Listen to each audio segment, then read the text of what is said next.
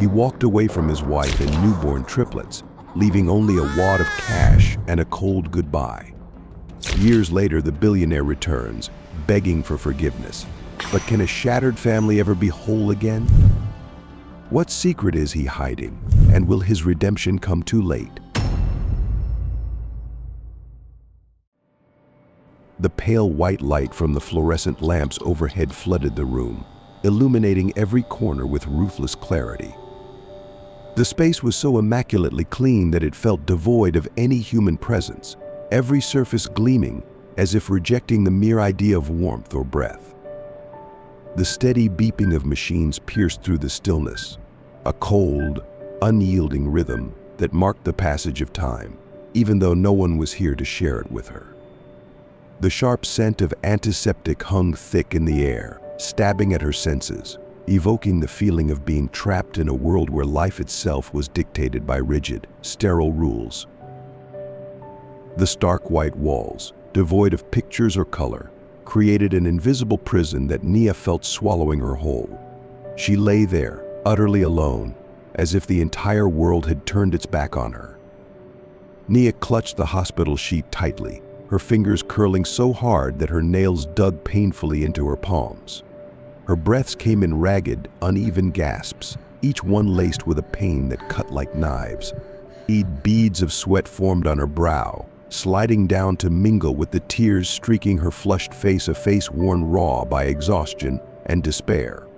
Yet, even through her tears, Nia's eyes shone with an unyielding determination. They stared ahead, unwavering, as though clinging to the hope of something better for the children she was about to bring into the world.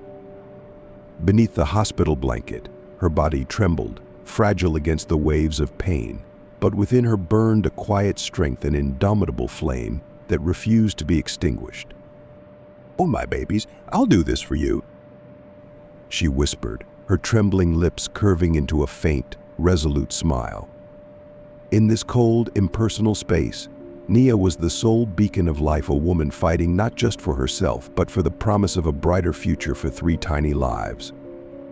Marcus stood leaning against the doorframe, his tall, statuesque figure carved as if from marble.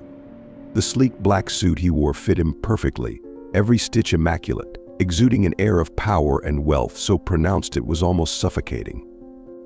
A metallic wristwatch glinted on his left wrist, catching the pale light and amplifying the stark contrast of his presence against the bleak hospital room.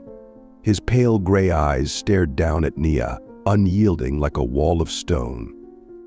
There was no empathy in them, no flicker of emotion in the face of the agony that racked her body and soul. He stood just a few steps away, yet it was as though he belonged to an entirely different world, a world untouched by tears, devoid of love, governed only by ruthless decisions and cold calculations.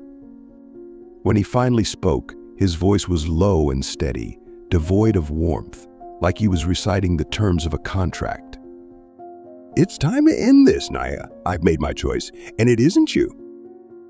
The words, sharp as a blade, sliced through the silence. Marcus adjusted his tie with deliberate precision, utterly indifferent to her labored breaths and the desperate plea in her eyes. He turned away, the polished leather of his shoes clicking against the sterile floor, leaving behind a woman writhing in pain both in body and in heart. Marcus standing tall, his eyes locked on Nia, his voice deep, clear, and utterly devoid of emotion. "I can't stay. If I choose you, everything the Prescott family has built over generations will crumble. Do you understand? My family won't let anything, not even me, jeopardize this empire." His steel gray eyes flicked over Nia, their gaze turning as cold and unyielding as forged metal. "We had our moments, Nia, beautiful ones, but you have to understand, those moments can't be the reason I sacrifice everything. You want me to choose love, but love doesn't sustain an empire. Love doesn't pay salaries. It doesn't maintain power." With practiced precision, Marcus adjusted his tie, his movements mechanical and unnervingly composed, as if he had rehearsed this scene countless times. "This isn't about you. And it isn't entirely about me either. This is the reality of the world we live in, Nia. I can't risk everything. My reputation, my position, my career, chasing some romantic dream you think exists. A heavy silence followed. Marcus took a deep breath, stepped closer, and set an envelope on the edge of the hospital bed, his voice as sharp as a blade severing any remaining hope. Sasabas contains enough money to ensure you and your children can live comfortably for a while. You don't need to worry about finances, at least not for the near future. But don't try to find me or contact the Prescott family. I won't be coming back. Don't make this harder than it already is. He glanced at her one last time, his gaze unmoving, unfeeling. Then Marcus turned decisively, the sound of his polished shoes echoing against the cold hospital floor. He walked away without a backward glance, as though every shred of emotion had been buried beneath his impenetrable mask of detachment. Nia, her breath uneven, her voice trembling with anguish, yet she fought to enunciate every word. Marcus, you promised. You said we were a family, and now, when I need you the most, you choose to leave. She gripped the bed sheet tightly, her body shaking from the pain of labor, but she forced herself to continue. You always said you loved me, that we'd overcome anything together, and this is how you prove your love, by abandoning me and our children. Her tear-streaked eyes, swollen and red, pleaded with Marcus. Her voice broke, raw with heartbreak. They're about to be born, Marcus. Your blood, your children. Don't you want to hear their first cries? Don't you want to hold them even once? How can you leave them before they've even had a chance to call you father? She paused, gasping for air as the pain consumed her, her voice growing fainter with every word. You say you've chosen the Prescott Empire, but is it worth it? One day when you look back, will you feel empty, Marcus? That empire, can it keep you warm? Can it love you? Can it call you dad? Nia collapsed onto the bed, her trembling hand resting on her swollen belly as tears streamed down her face. Her voice, hoarse with pain, was barely above a whisper. You can leave me, but they don't deserve this. They don't deserve to grow up not knowing their father's face, never hearing your voice as you tell them a bedtime story. She raised her head, her eyes blazing with a mixture of disappointment and anger. Don't do this, Marcus. Don't turn us into ghosts from your past. Marcus stood motionless, his gaze icy, as if every word she spoke collided against an impenetrable wall. Finally, he shrugged, cutting her off. Marcus. I've already told you, Nia, I don't have a choice. Emotions won't change reality. Nia stared at him, her eyes brimming with pain, yet holding a spark of unyielding resolve. Nia. If you walk out that door, don't expect to ever see us again. Your children won't need a father who lacks the courage to fight for them. Marcus didn't respond. Without a word, he turned and walked away, each step cold and deliberate, leaving Nia collapsed on the bed, her labored breaths filling the empty room slowly. Marcus withdrew his hand from his jacket pocket, his movements unhurried, as though completing an ordinary task. In his hand was a thick white envelope, its edges neatly folded with almost obsessive precision. Not a flicker of emotion crossed his face as he tossed the envelope onto the bedside table. The soft thud of paper against wood echoed in the sterile room, a sound that carried the weight of finality. He said nothing, merely stood tall, adjusting his cufflinks with practiced indifference before casting one last, empty glance at Nia. His entire demeanor radiated detachment, as though he were concluding a business deal rather than abandoning the woman carrying his unborn children. Then, with no hesitation, Marcus turned on his heel. The echo of his footsteps on the cold, sterile floor resonated sharply.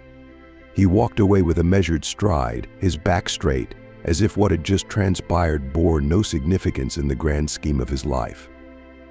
The door closed behind him, the sound reverberating in Nia's mind like a permanent mark of separation. She lay still, the chill of the room pressing against her skin like a vice, her eyes fixed on the envelope, a silent testament to abandonment and cruelty.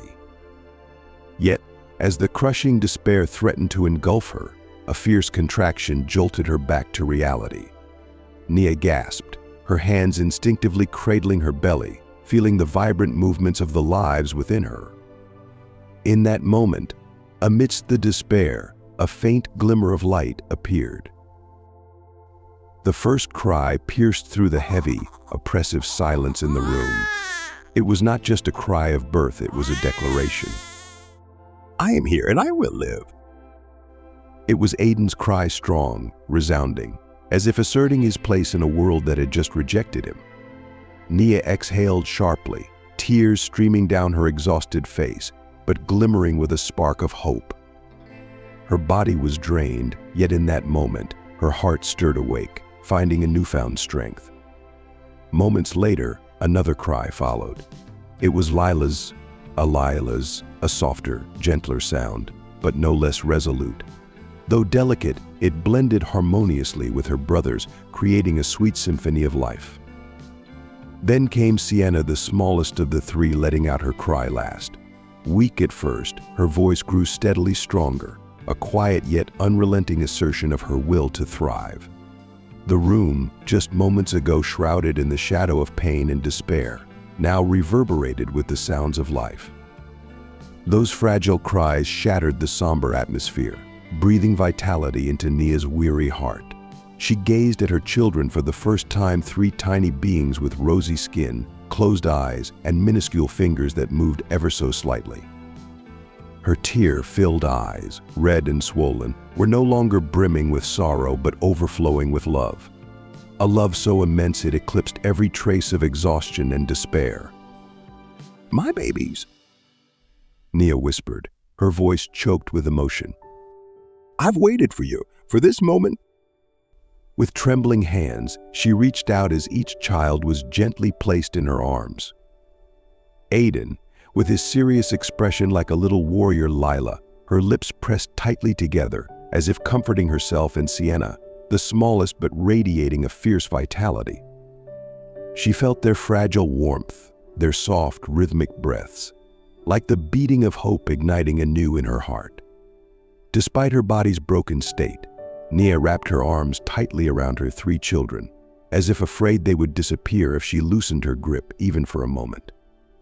She bent down and pressed a gentle kiss on each of their foreheads. That sensation, their breaths, their delicate skin against her hands rejuvenated her, infusing her with the strength to carry on no matter the trials ahead. I'm here, she whispered, her voice hoarse but brimming with unshakable conviction. I won't let anyone hurt you. I will protect you, no matter the cost. She paused, taking a deep breath, and continued, her voice clearer now, filled with determination. I will raise you to be strong, confident. We don't need anyone's pity or salvation. As long as we have each other, we'll overcome anything. The room gradually fell silent, save for the steady breathing of the three newborns asleep in their mother's arms. Though their cries had subsided, the echoes of life lingered like a melody that refused to fade. The dim light from the street lamp outside flickered weakly through the gap in the curtains, casting long streaks of light across the white walls.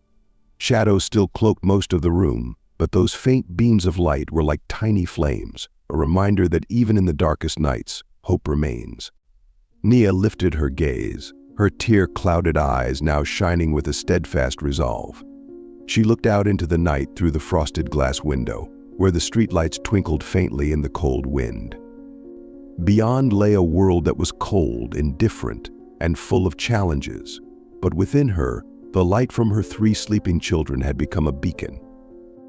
We'll be okay, she murmured, her voice soft yet resolute. Her pale lips curled into a small smile, the smile of a mother who had found her reason to fight.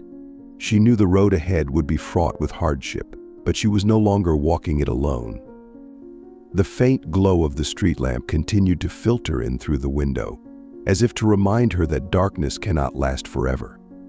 Nia tightened her embrace around her children, feeling their warmth like a surge of new energy coursing through her exhausted body.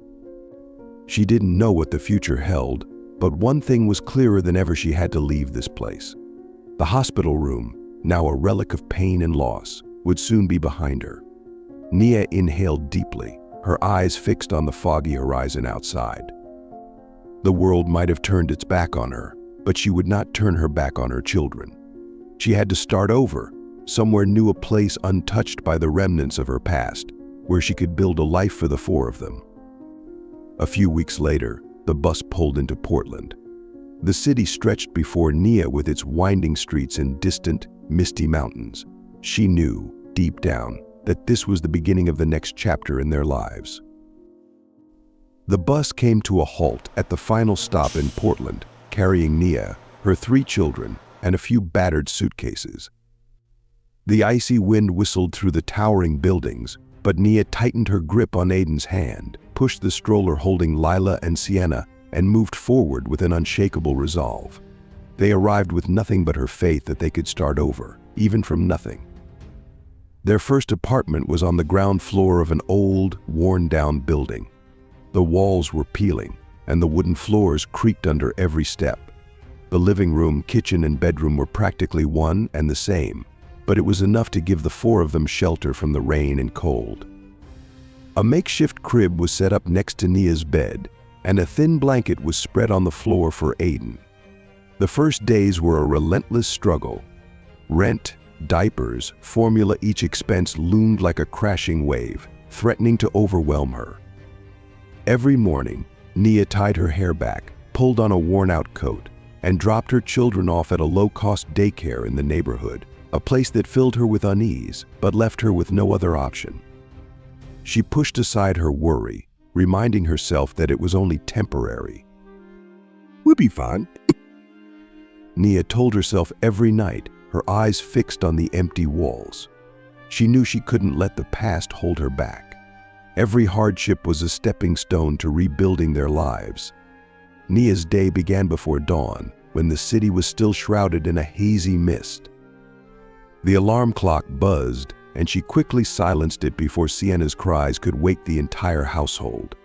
Stifling a yawn, her eyes heavy with exhaustion, Nia moved to the kitchen to prepare a simple breakfast: a bit of bread and milk for Aiden, Lila, and Sienna. As she coaxed her children to eat, she checked the faded apron she wore, trying to smooth out the stubborn creases. Come on, sweetheart, eat quickly, or we'll be late, Nia said softly to Aiden, who was idly playing with a piece of bread. The boy looked up at her, his face thoughtful and solemn. But, Mom, Aiden said quietly, his voice tinged with sadness. I don't like that daycare. The kids there, they keep asking why I don't have a dad. Nia froze for a moment, her heart aching at his words. But she quickly smiled and ruffled her son's hair. We don't need to worry about what others think, Aiden. You just need to remember that I love you and I'll always be here. Now eat up, okay? I don't want the 3 of you to be late. After dropping her children off at daycare, Nia hurried to the small diner where she worked as a server. Her blue apron was saturated with the smell of grease from endless shifts, and her shoes clattered noisily against the floor as she moved. Her hands were constantly busy, balancing heavy trays of food, wiping down tables littered with crumbs and half-empty coffee cups. Nia, pick up the pace. Table 5 is waiting on their drinks. The manager barked from behind the counter. Yes, I'm on it, Nia called back, her voice filled with determination, even though her body screamed with fatigue. There were moments when her legs ached so badly she thought she might collapse, but the smile never left her face.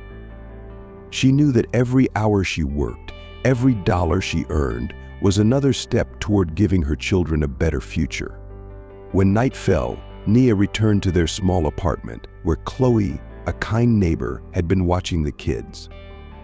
After tucking her 3 children into bed, she sat down at the small table in the corner of the room. The old computer on it whirred noisily as she powered it up. Stacks of business textbooks, borrowed from the library, were piled high on the desk. I didn't ask about his father today, Nia said to Chloe as she retrieved a few leftover cups of tea. What did you tell him? Chloe asked, her eyes soft with understanding. I told him that I love them, and that's the only thing that matters. But sometimes I wonder if that's enough. Nia replied, her voice trembling slightly. Chloe smiled, placing a reassuring hand on her friend's shoulder. Nia, you're an extraordinary mother. Just look at everything you've done for them. Trust me, they're growing up surrounded by love, and that's more than most children ever get.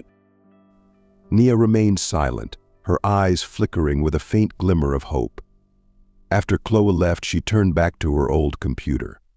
The warm glow of the desk lamp illuminated her tired, dark-circled eyes. There were nights when she slumped over the desk, her breaths heavy with exhaustion. But then, the image of Aiden, Lila, and Sienna would flood her mind, their innocent eyes looking at her, as though she was their entire world. One step at a time, Nia. We'll get through this. She whispered to herself, her voice soft yet resolute. Each line on the computer screen seemed to grow clearer, every lesson a stepping stone bringing her closer to her dream, building a better life for the four of them. In its earliest days, Carter Creations was nothing more than a small business run out of a corner of Nia's living room. She spent her days making phone calls and sending emails, single-handedly managing every role from brainstorming ideas and decorating to sourcing vendors. She started with small gatherings, children's birthday parties, family anniversaries held in the backyards of her clients. These events were modest but unmistakably hers, every detail, from perfectly tied ribbon bows to meticulously handwritten name cards, left people in awe. Gradually, word about Carter Creations began to spread. One client recommended another, and soon, the events grew larger: weddings in charming gardens, corporate conferences in elegant venues. Despite tight finances, Nia never let that compromise the quality of her work. She reused materials wherever possible, constantly seeking creative, low-cost solutions. Once, when a client couldn't afford fresh flowers, Nia crafted paper bouquets by hand, cutting each petal with care. On the day of the event, those handmade flowers became the centerpiece of the celebration, earning endless praise. Dedicated, creative, always exceeding expectations. These were the words her clients began to use to describe her. Nia didn't just create beautiful events, she delivered unforgettable experiences, making each client feel special. Chloe entered Nia's life on a stormy afternoon. The rain lashed against the windows of the community hall where Carter Creations was hosting a modest gathering. It wasn't a glamorous event, but every detail was thoughtfully curated. Nia, dressed simply in a white blouse and low-heeled shoes, moved tirelessly between tasks, arranging seating, testing the microphones, coordinating guest speakers. Her eyes betrayed her exhaustion, yet her warm smile radiated professionalism and passion, energizing everyone around her. Chloe, a white woman with blonde hair tied in a high ponytail, stood quietly watching. Her sharp eyes scanned the room, taking in everything from the carefully arranged bouquets on the tables to the graceful way Nia handled a difficult guest complaining about seating arrangements. Unable to suppress her admiration, Chloe approached, holding a glass of orange juice from the refreshments table. You're the one behind all of this, aren't you? Chloe asked, her tone tinged with both surprise and admiration. Nia looked up, a flicker of uncertainty in her eyes. Oh yes, but I only handle the small things, she replied, her voice modest, almost self-effacing. Chloe raised an eyebrow, a smile forming at the corner of her lips. Small things. You've turned a rundown hall into something beautiful, made everyone here feel at ease, and still managed to smile through it all. I don't think anyone would call that small. Nia chuckled softly, her cheeks tinged with embarrassment. I just do my best. There's still so much I need to learn. No, Nia, Chloe said firmly, her tone serious. You're not just doing well. You made me stop and take notice, and trust me, that's no easy feat. You're incredibly talented, and you need to know that. That conversation, though brief, laid the foundation for a deep friendship. From that day forward, Chloe became one of Nia's closest allies. As a teacher with a generous heart, Chloe always knew how to lift Nia's spirits when she faltered. One time, when a potential client rejected Nia due to prejudice against her being a single black mother, Chloe didn't hesitate to speak up. "Don't let people like that make you doubt yourself," Chloe said, her eyes blazing with determination. "You're a role model, Nia. You're proof that resilience and creativity can break through any barrier. Never forget that. And most importantly, don't let anyone make you feel like you're not enough." Chloe wasn't just an emotional anchor, she also opened doors for Nia. Knowing that Nia needed more clients, Chloe eagerly referred her to friends, colleagues, and even the parents of her students. She often volunteered to babysit Nia's 3 children during busy nights. "I've got them tonight. Go focus on your work. And no worrying," Chloe would say, her tone both stern and playful. "You're not alone, remember?" Chloe would often remind her, patting Nia's shoulder with a warm smile. With Chloe by her side, Nia felt like she had more than a friend, she had an ally, someone who believed in her, even when she doubted herself. That belief became a quiet flame within Nia, pushing her forward step by step. Each day she grew stronger, convinced that no obstacle was insurmountable. Yet the world outside wasn't as forgiving as she hoped. As Carter Creations began to draw attention from more affluent clients, Nia discovered that not everyone was eager to embrace a single black mother like her. The scrutinizing glances, the whispered comments she overheard as she left meetings, they were like small, silent cuts, chipping away at her pride. Even so, Nia knew she couldn't afford to falter.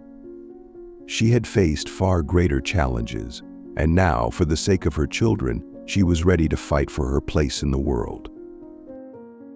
Nia felt the prying eyes on her even before she stepped onto the cobblestone path leading to the small apartment she and her children called home. She didn't need to look directly to know those gazes bore into her, like sharp needles piercing through the fragile armor she wore every day. The wealthy neighbors, clad in impeccably pressed clothes, paused mid-conversation to glance her way. "What does she even do to afford living here?" A woman's haughty voice rang out, not loud but clear enough for Nia to hear. "For someone like her, does she even belong here? She doesn't look like she does." A man's voice replied, lower but laced with disdain. Nia clenched her jaw, willing her steps not to falter. She kept her eyes fixed ahead, refusing to give any sign that she'd heard them. But inside, a wave of anger churned. She wanted to turn around, to tell them that she worked tirelessly, day after day, to live here. That everything she had was earned through sleepless nights and relentless sacrifice. But as her gaze drifted toward the small playground in front of her, where her 3 children were laughing and chasing one another, the rebuttals died in her throat. She saw Aiden's wide smile as he ran after Lila and Sienna, their giggles filling the crisp afternoon air. The moment reminded her that she couldn't let her anger taint her children's happiness. Instead, Nia took a deep breath, forcing a smile as she walked through the front door. Every day was like this, the judgmental stares, the whispered barbs that pricked her pride.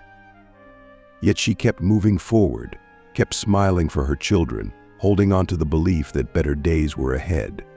But each night after the children were asleep, she sat alone in the worn chair by the window, staring into the dark expanse of sky and letting out a heavy sigh. Nia knew her confidence was being tested, day by day, hour by hour. One afternoon at the school playground, Aiden burst out of the classroom with his friends, his face glowing with joy as they raced around the yard. But his happiness was short-lived. Moments later, the cheerful laughter turned into something colder. A boy, older and taller, stood at the center of the group, pointing at Aiden with a mocking smirk. "Hey Aiden, why don't you ever talk about your dad, or do you not have one?" The boy taunted, his voice dripping with cruelty. Aiden froze. The giggles around him weren't loud, but they surrounded him like a cage, closing in. His small fists clenched tightly, his face flushed with anger. "Don't say that." Aiden shouted, his voice trembling but filled with fury.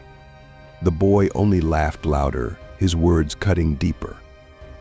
Oh, maybe your dad didn't want to stick around. Probably figured you weren't worth it. For a moment, Aiden couldn't hold back. He lunged forward, shoving the boy hard enough to send him sprawling to the ground. The group of kids screamed in alarm as a teacher rushed over to separate them. That evening, when Nia picked Aiden up from school, he sat quietly in the back seat, a stark contrast to his usual chatter. His eyes stared out the window, his expression heavy with a sadness Nia couldn't ignore. Back at home, after Lila and Sienna had fallen asleep, Aiden suddenly turned to his mother. His eyes were red, his voice barely above a whisper. Mom, why did Dad leave me? Did I do something wrong?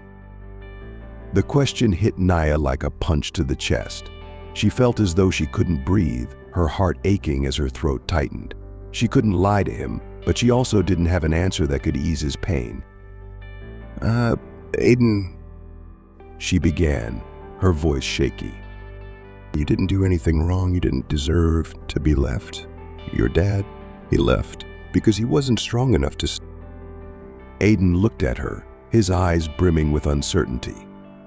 But why? Why didn't he want to be here with us? Nia pulled him into a tight embrace, as if trying to pour all her love and reassurance into him. That night, after all three children were asleep, she sat at her small desk in the corner, her eyes red from exhaustion and endless thoughts. A part of her ached from Aiden's question, while another part urged her to work harder to ensure her children's future. Her inbox overflowed with emails, a stark reminder that she didn't have the luxury of breaking down.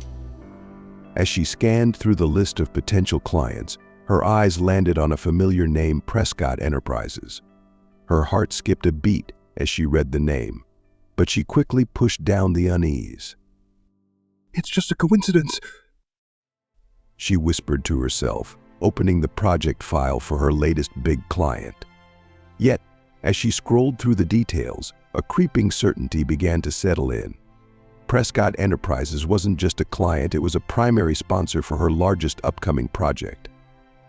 Her heartbeat quickened, each thud carrying with it the weight of old memories threatening to resurface.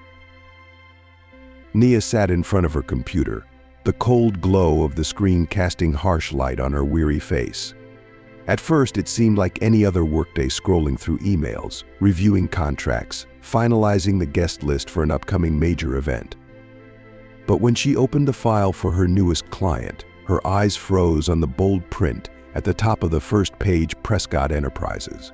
Her heart sank, and a chilling sensation ran down her spine. She swallowed hard, her throat suddenly dry. No, this couldn't be happening. They couldn't be her client. But the familiar logo in the corner of the document, a sleek design in gold and silver gray, left no room for doubt. The papers on her desk suddenly felt oppressively heavy, as though they were crushing all the progress she had fought so hard to build. Prescott Enterprises. Those two words reverberated in her mind, dragging with them a torrent of memories she had buried: Marcus's cold, unyielding stare, his cutting words, and the image of the door closing behind him, leaving her and their three children behind. Nia rose from her chair and moved toward the window. In the corner of the hotel's main conference room, where the event would soon take place, a large banner bearing the Prescott Enterprises logo hung prominently on the wall. She stood frozen before it, her hands clenched into tight fists. Pain, anger, and helplessness swirled within her, rising like a storm she couldn't control. She closed her eyes, but the memories surged forward, relentless and vivid: Marcus's icy voice, his ruthless rejection, and the soulless envelope he had left on her hospital bed that day. Miss Carter, are you all right? A voice broke through, snapping Nia back to reality. It was the assistant of a partner company, passing by with a clipboard in hand. Nia opened her eyes and nodded slowly. I'm fine, she replied, her voice low but firm, as if reassuring herself more than the other person. Returning to her desk, she sat down, staring at the contract in front of her. Part of her wanted to tear it apart, to reject it outright. But she knew doing so would cost her a critical opportunity for Carter Creations. This project could elevate her company to a whole new level, a milestone she had sacrificed so much to achieve. Can I set aside my pride for my children's sake? The question echoed in her mind, as weighty as the decision she faced. Nia sat motionless, her eyes fixed on the Prescott Enterprises logo as she wrestled with herself. Time seemed to stretch thin as she grappled with the choice before her. She took a deep breath, trying to listen to reason, but her heart wouldn't silence the echoes of old wounds. She told herself it was just business, yet unease crept into every corner of her thoughts. She knew continuing the partnership meant there was a very real chance of encountering Marcus. Would he remember her? Would he recognize the woman he had abandoned so many years ago? The questions lingered as the event unfolded around her. Later that day, while Nia was meticulously checking the final details on the main stage, her gaze drifted toward the crowd. And there, amidst the throng of attendees, was a figure she hadn't seen in years. Marcus Prescott, clad in a flawlessly tailored suit, stepped into the event space, his commanding presence impossible to ignore. Her breath caught as his eyes scanned the room until they locked onto hers. For the first time in years, their gazes met, and the world seemed to grind to a halt. Time, heavy with unspoken words and unresolved emotions, hung between them. Marcus stepped into the grand hall, the golden glow of the chandeliers reflecting off the elegantly set tables. He moved among the distinguished guests with his usual air of confidence, his sharp gaze and poised stride projecting a sense of invulnerability. Yet, when his eyes landed on the stage, all of that composure crumbled. Nia stood there, dressed in a deep crimson gown that exuded both elegance and power, like a queen reigning over her domain. Her hair was swept into a high bun, exposing her sharp, defined features, which radiated an unshakable confidence. She was flipping through the speaker list, her hands moving with precision, as if she commanded the entire room. A wave of emotions crashed over Marcus. Shock at the woman before him, who was no longer the fragile Nia he had left behind. Admiration for the success and strength she had clearly achieved on her own. And regret deep and all-consuming, pushing him back a step as if struck by an invisible force. Nia lifted her head, her eyes locking onto his. The room seemed to still in that moment. She didn't smile, nor did she show any sign of surprise. Her gaze was cold, steady, as if silently declaring that his presence meant nothing in the world she had built for herself. Marcus took a deep breath, his shoulders straightening as though trying to reclaim his confidence. But as he walked toward her, that composure began to waver, replaced by an unfamiliar sense of unease. He stopped a few steps away, maintaining a distance, as though afraid that coming any closer might shatter everything. His eyes, usually so composed and calculating, were now filled with turmoil. He said, her name heavy in his throat, his deep voice almost faltering. It's really you? Nia looked at him, her gaze as sharp as a blade. She didn't reply, didn't show any emotion. The icy detachment in her expression made Marcus feel smaller than he ever had before. He fumbled with his tie, a habitual gesture to calm himself, but it did little to help this time. Marcus hesitated, his fingers brushing the edge of his tailored suit jacket as if searching for stability. I don't even know where to begin. It's been so many years, but seeing you, seeing everything you've accomplished, all I can say is... He paused, taking another deep breath. I was wrong, completely wrong. Nia remained silent, her lips pressed together, but Marcus could feel the frost in her gaze. It forced him to continue, his voice dropping to a near plea. I know my apology means nothing to you now, but you need to know I've regretted it. Every day, every night, I've thought about you, about the children. Leaving you was the biggest mistake of my life. Walking away from 3 innocent children was unforgivable. His voice began to tremble, the carefully built facade cracking as his emotions broke free. I'm not asking for your forgiveness. I don't deserve it, but please, Naya, just once give me a chance to be a father to our children, to repair even a small part of the damage I caused. Naya, I'm begging you. Marcus lowered his head, his hands hanging limply at his sides as if admitting defeat. The man who once thrived on power and reputation now stood before her, stripped of his pride, looking utterly broken. Nia remained unmoved, her composure as unyielding as steel. She tilted her head slightly, a faint, sardonic smile gracing her lips before she spoke, her voice cold and deliberate, every word cutting like ice. You have a way with words, Marcus, but do you remember the day you turned your back on me? The day you left me alone in that cold hospital room? Do you remember what you said? She stepped closer, her sharp gaze piercing through him, and he couldn't bring himself to meet her eyes. You chose money. You chose the Prescott legacy over us. She continued, her voice steady and filled with quiet fury. You didn't just abandon me. You abandoned 3 children, your own children, on the very day they were born.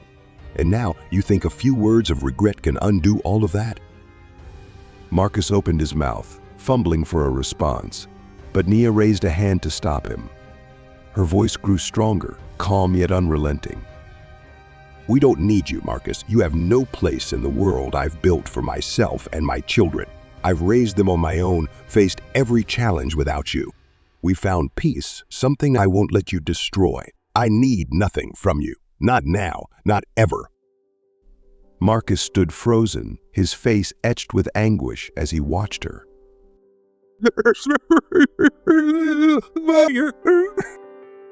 He tried again, but her resolute glare silenced him. Stop. She interrupted firmly, her tone final. If you truly want to atone, then disappear. Don't try to insert yourself into our lives again. You forfeited that right the moment you walked away. She turned and walked away, her posture strong and unyielding. Marcus remained rooted in place, his hands hanging helplessly, his eyes filled with regret and sorrow. He realized then that Nia hadn't just moved on, she had grown into a force he could never touch. Under the glittering lights of the grand hall, Nia walked away, leaving behind the shattered pieces of a past she thought she'd never have to confront again. Each step she took was a declaration she had survived, she had triumphed, and she didn't need anyone to define her worth, she had built it herself. But even as she walked with her head held high, her mind couldn't entirely find peace.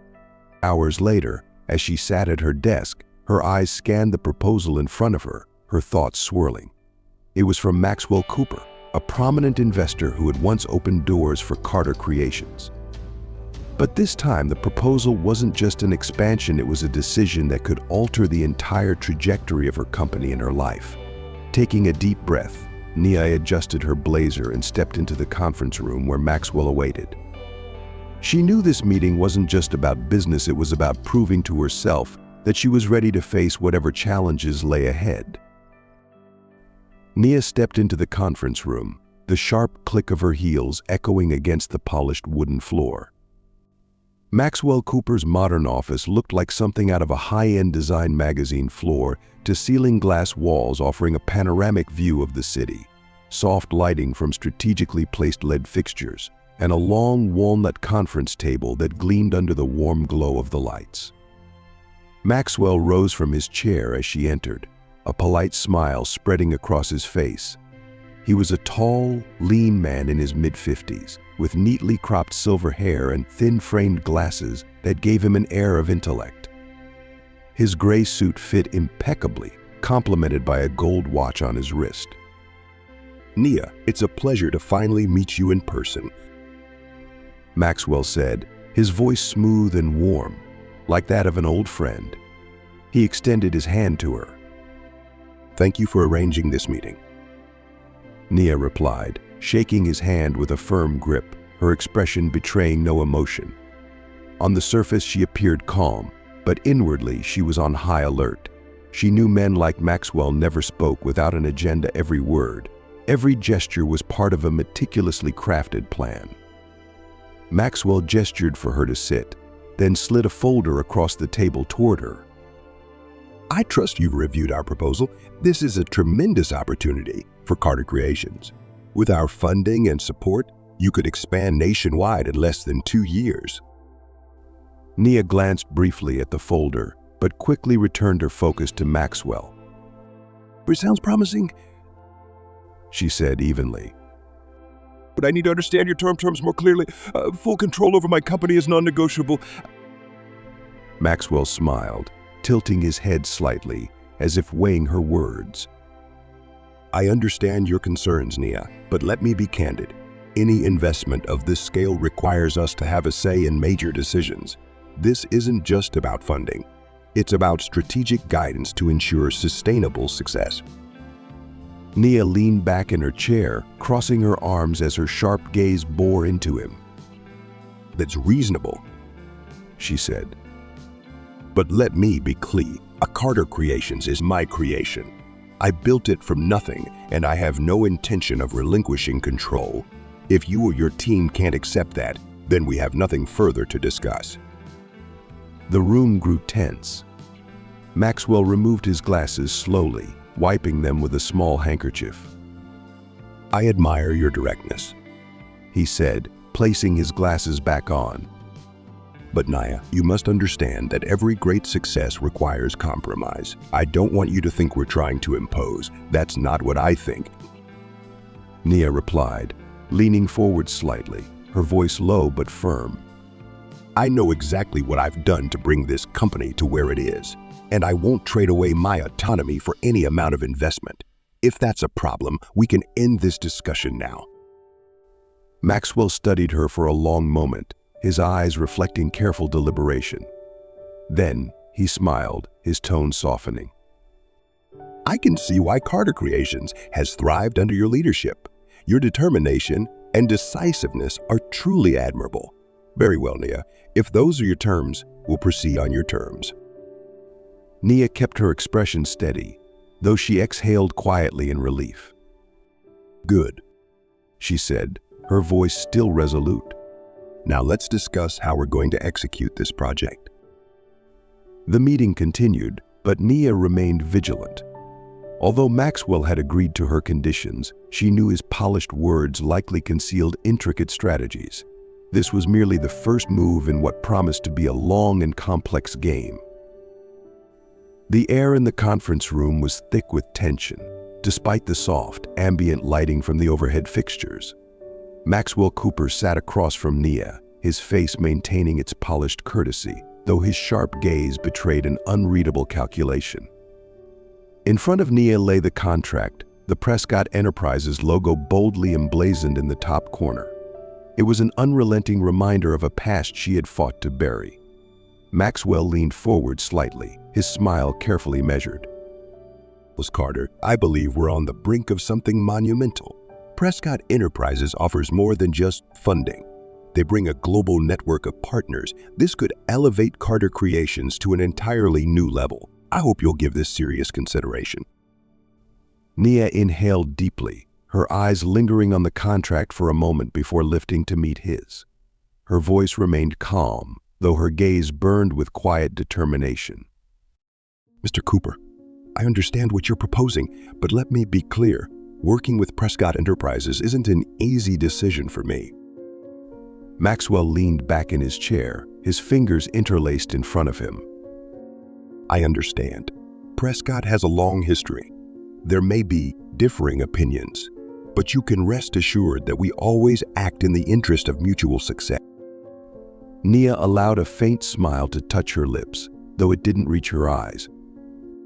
History isn't just numbers and benefits, Mr. Cooper. Sometimes it's wounds that can't be ignored. But to be clear, I'm not partnering with them out of trust. I'm doing this for my children. Maxwell raised an eyebrow, curiosity flickering across his face. Are you saying this decision is about more than business? Nia said without hesitation, her voice growing steadier. Yes, I've raised 3 children on my own, and I won't let anyone or any organization jeopardize that. I'm entering this partnership because I need to expand my company to secure a future for them, a future I fought relentlessly to provide. Sitting up straight, her hands rested firmly on the table. But understand, this full control of Carter Creations remains mine. If Prescott Enterprises or anyone else, LA, thinks they can take over my company, this conversation ends here.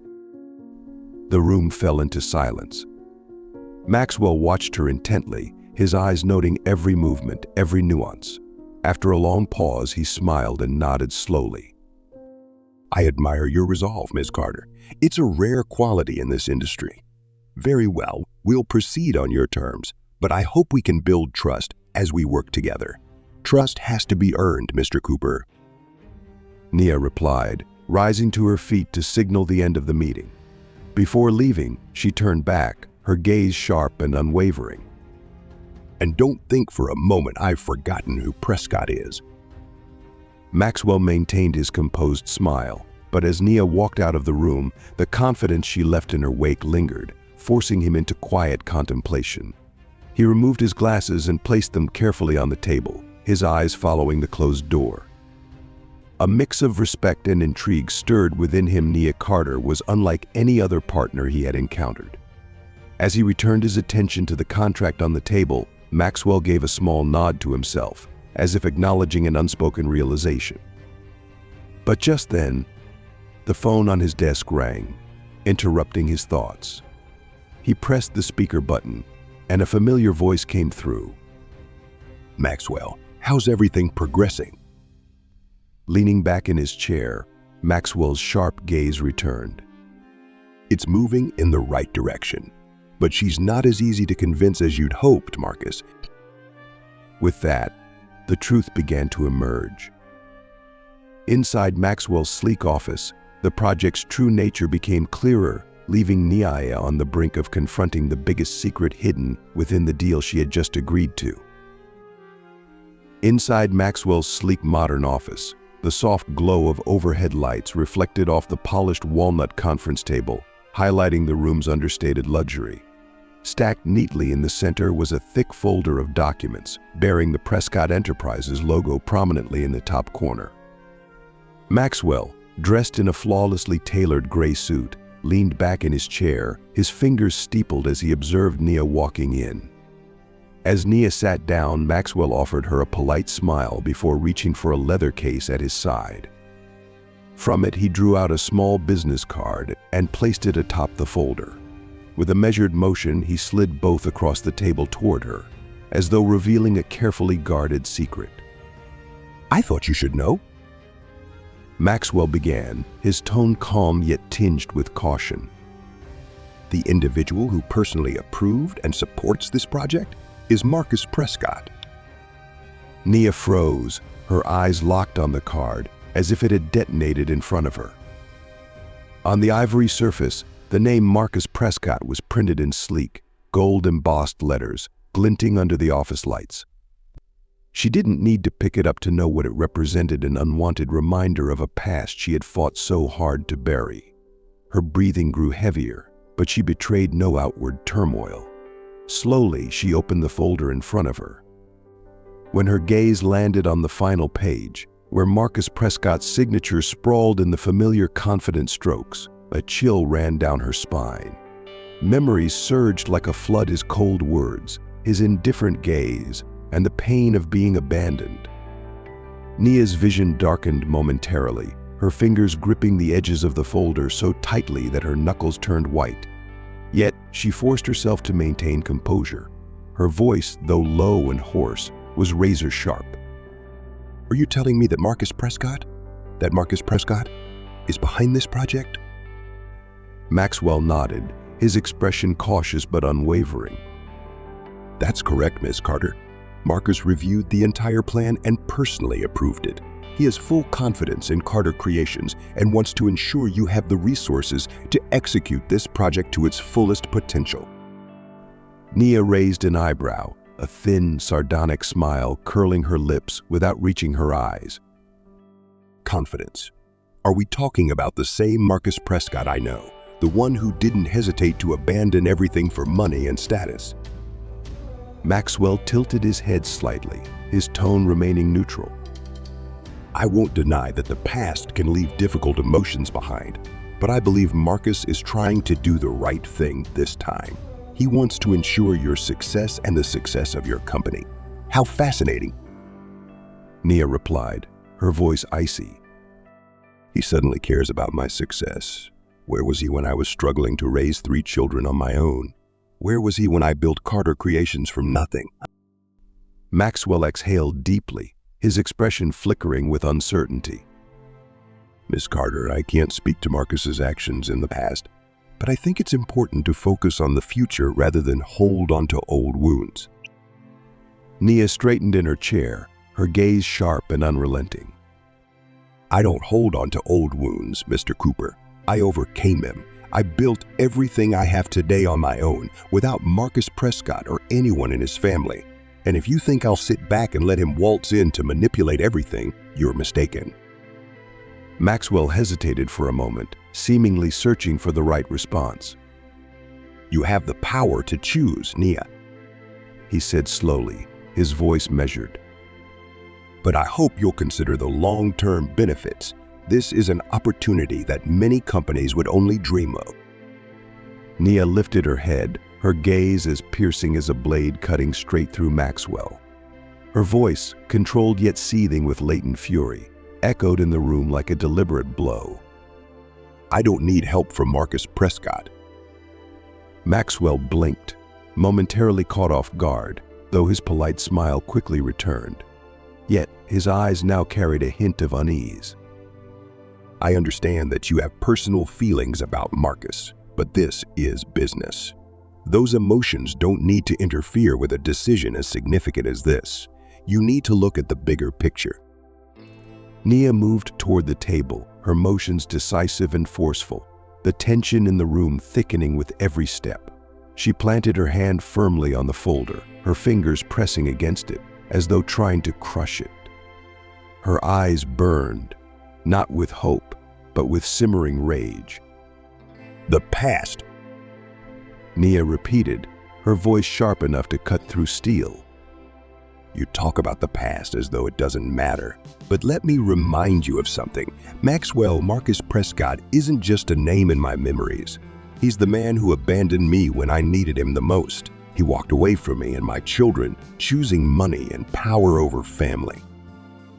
Maxwell opened his mouth to interject, but Nia raised her hand to silence him. Her voice, steely and commanding, continued, each word landing like a hammer. And now he thinks he can come back, pulling strings behind the scenes to make me feel like I can't stand on my own. If this is how Prescott Enterprises does business, then I want no part of it. I built Carter Creations with my own 2 hands. Every step I've taken has been through blood, sweat, and tears. I don't need anyone, especially not Marcus Prescott, jeopardizing that. Maxwell remained silent, his eyes scanning Nia as if searching for an opening in her resolve. After a pause, he exhaled slowly, his tone softening. Nia, I understand that you've been through a lot, but you can't let personal feelings stand in the way of such a significant opportunity. This isn't just about Carter Creations. It's about the future for you and your children. Can you put those old wounds aside? Nia let out a short, humorless laugh, her eyes narrowing as she met Maxwell's gaze. You really don't understand me, do you? She asked, her voice cutting through the room with razor-sharp precision. Maxwell shifted slightly in his chair, his composure momentarily faltering. The future for me and my children doesn't depend on Marcus Prescott or anyone in his family. Everything we have today, I built myself, and I will continue to do so. If you can't offer an alternative solution, then this conversation... Maxwell leaned forward as though preparing to make another attempt, but the icy determination in Nia's gaze froze him in place. He knew that any further argument would only escalate the situation. Without waiting for another word, Nia turned and walked away, leaving the card and folder untouched on the table. The sound of her heels echoed through the room, each step a declaration of her independence and refusal to compromise the hard-earned life she had built. Left alone in the room, Maxwell sat back in his chair, his expression briefly flickering with uncertainty. Removing his glasses, he placed them on the table, his fingers tapping lightly, as if deep in thought. In the silence, he murmured to himself, a faint, intrigued smile crossing his lips. She's stronger than I expected, but that only makes this game more interesting. In the soft glow of his office, Maxwell sat in quiet contemplation, his fingers tapping rhythmically against the polished walnut table. Nia's unyielding resolve had not only surprised him but forced him to reevaluate his strategy. Yet Maxwell knew one thing for certain: no matter how strong she was, every player in the game had a breaking point. His gaze flicked to the folder still lying on the table, the Prescott Enterprises logo staring back at him like an unblinking eye. Reaching for his phone, he dialed a number with deliberate precision. On the other end, a familiar deep voice answered. Maxwell, any progress? Maxwell smirked, leaning back in his chair. She's not easy to persuade, Marcus. I warned you as much, but I believe she won't refuse forever. After all, she needs the resources. There was a pause before Marcus replied, his tone tightening. I'll handle it. I'll make things clear to her, in my own way. But first, there's something else I need to deal with.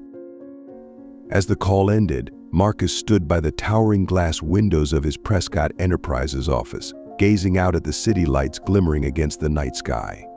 He took a deep breath, as if steeling himself for a battle he knew would be arduous. Turning sharply, he strode toward the conference room, where his father awaited him, a confrontation long overdue. The Prescott Enterprises boardroom exuded an aura of oppressive grandeur. Gilded accents lined the dark wood-paneled walls, and under the blazing crystal chandelier, a large family portrait loomed, an unspoken reminder that every member of the dynasty was bound to its immutable rules.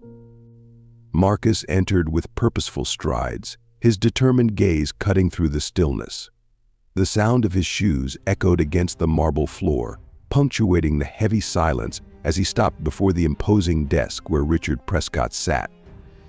Richard, impeccably dressed in a charcoal gray suit, remained focused on the documents before him, his deliberate indifference radiating power, as if to remind Marcus of his place in the meticulously maintained hierarchy.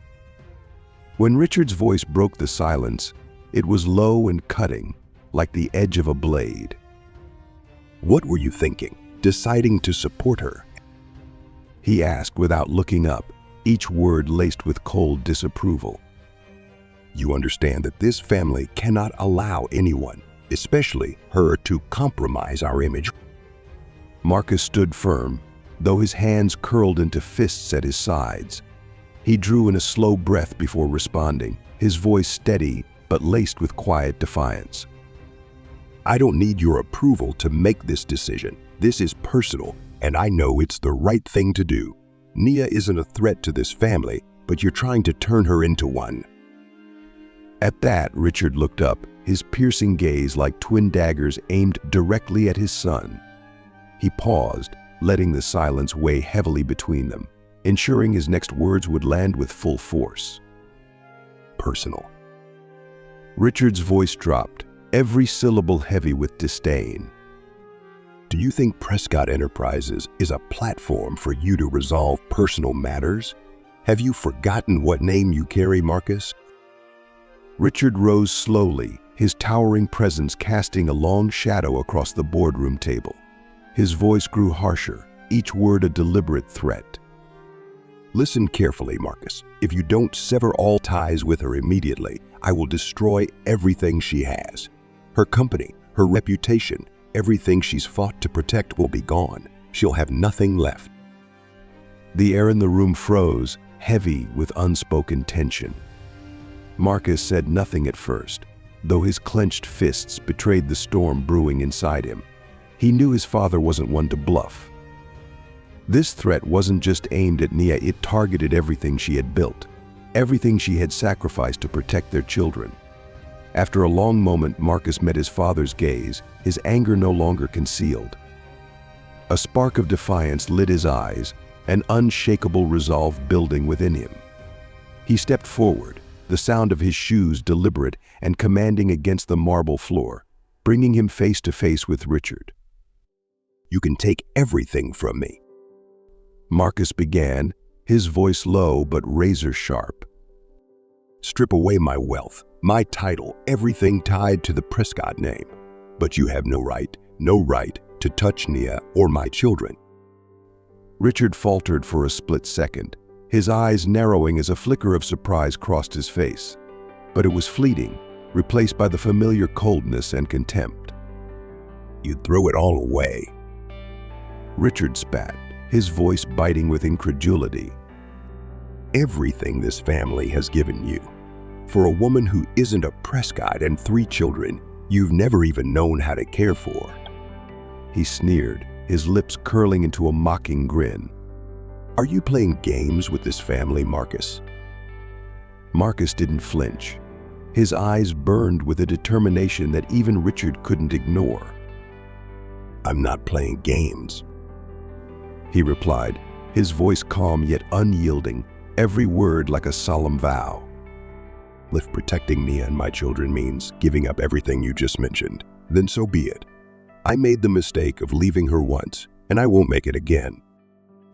Richard's jaw tightened, his eyes searching Marcus's face for any sign of weakness. But there was none, only an immovable resolve. Frustration flashed in Richard's expression, and he slammed a hand onto the table, the sound reverberating through the room.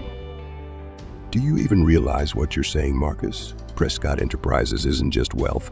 It's a legacy, a lifeline for this family. If you walk away, you're not just betraying me, but generations of our ancestors who built everything you take for granted." Marcus let out a short, humorless laugh, his expression hardened. "I'm not betraying anyone," he said evenly. "I'm doing what you never could, protecting the people I care about. You can call it betrayal, but I call it walking my own path. And if you think Prescott Enterprises gives you the right to destroy everything Nia has built, you're wrong. I won't let that happen." Richard glared at Marcus, disbelief and fury etched across his face. The room felt as though it might explode from the tension, but Marcus stood his ground, unyielding. Finally, Richard sank back into his chair, though his gaze never softened. His voice, tinged with anger and resignation, broke the silence. "You're tearing apart everything this family has worked for, Marcus. If you choose this path, don't expect to come back." Marcus nodded, his shoulders square, his expression resolute.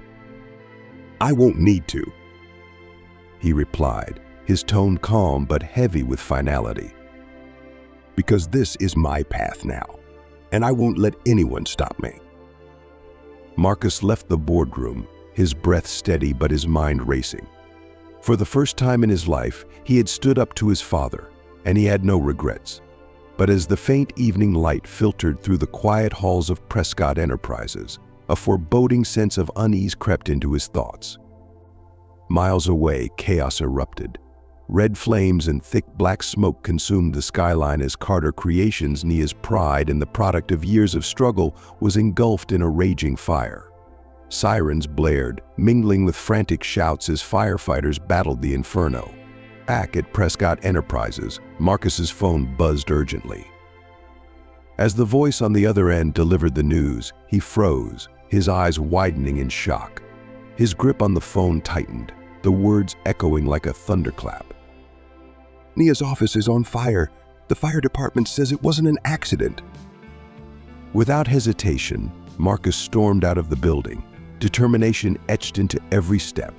He had sworn never to lose Nia or their children again, and he wasn't about to break that promise now. The night seemed to tear apart under the crimson blaze engulfing the Carter Creations building. From shattered windows, thick black smoke poured into the air, curling and twisting as it climbed into the sky, forming an oppressive cloud that muted even the pale glow of the moon. The wail of fire truck sirens echoed through the streets, mingling with the shouts of onlookers gathered at a safe distance. Firefighters worked tirelessly, directing powerful streams of water at the raging inferno, but it was as if the flames were a living beast, roaring and consuming everything in its path. The once proud Carter Creation sign, hanging precariously from the facade, succumbed to the fire's relentless assault. One by one, the letters burned black and collapsed to the ground with a series of ominous crashes, each sound resonating like the final notes of a tragedy. When Nia arrived on the scene, her breath caught in her throat, strangled by the sheer horror before her.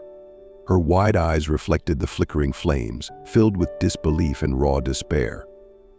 Her legs buckled beneath her, and she sank to the cold pavement, her body trembling as though the weight of the moment was too much to bear.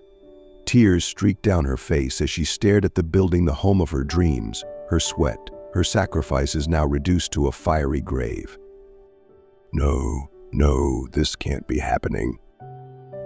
Nia whispered hoarsely, her voice breaking under the strain of devastation.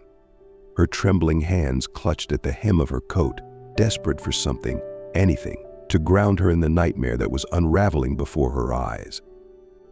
Chloe appeared beside her, panting as she pushed through the crowd to reach her friend. Her eyes were wide with worry as she knelt next to Nia, gripping her shoulders in an attempt to pull her up from the unforgiving ground. Chloe's voice was urgent yet gentle, an anchor in the chaos. Nia, we'll figure this out. Don't let this break you. You're stronger than this. I know you are.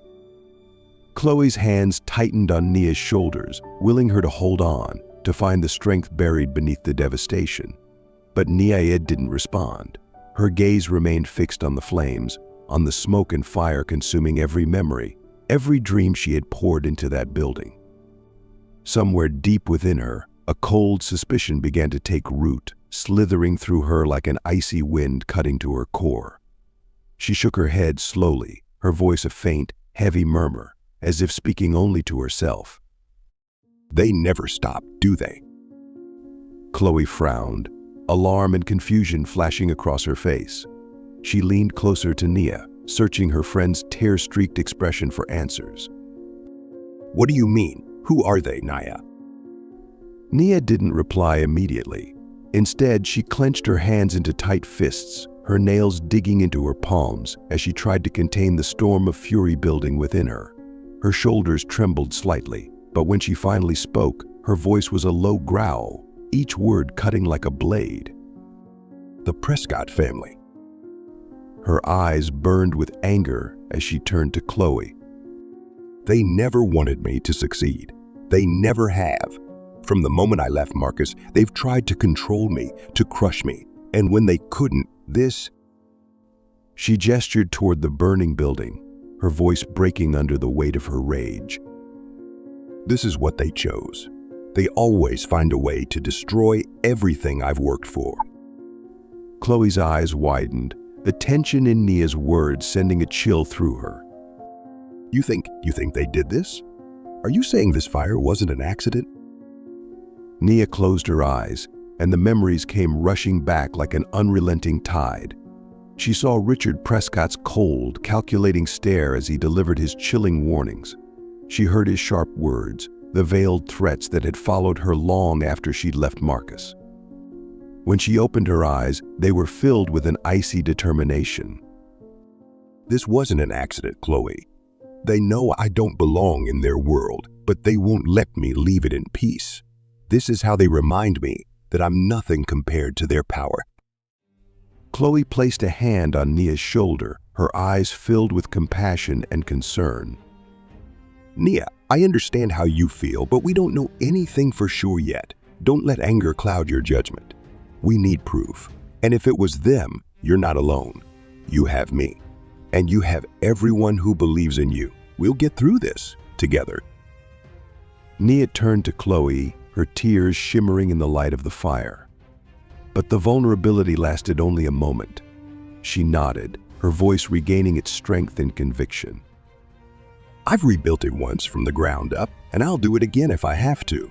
But this time, they won't get another chance to ruin my life or my children's lives. She turned back to face the burning building, the flames still raging against the darkened sky. In her eyes, the tears mingled with the fiery glow, but her resolve was unshaken. The fire continued to devour everything within the structure, but in Nia's heart, another fire burned, one of defiance, determination, and an unyielding will that no amount of destruction could extinguish.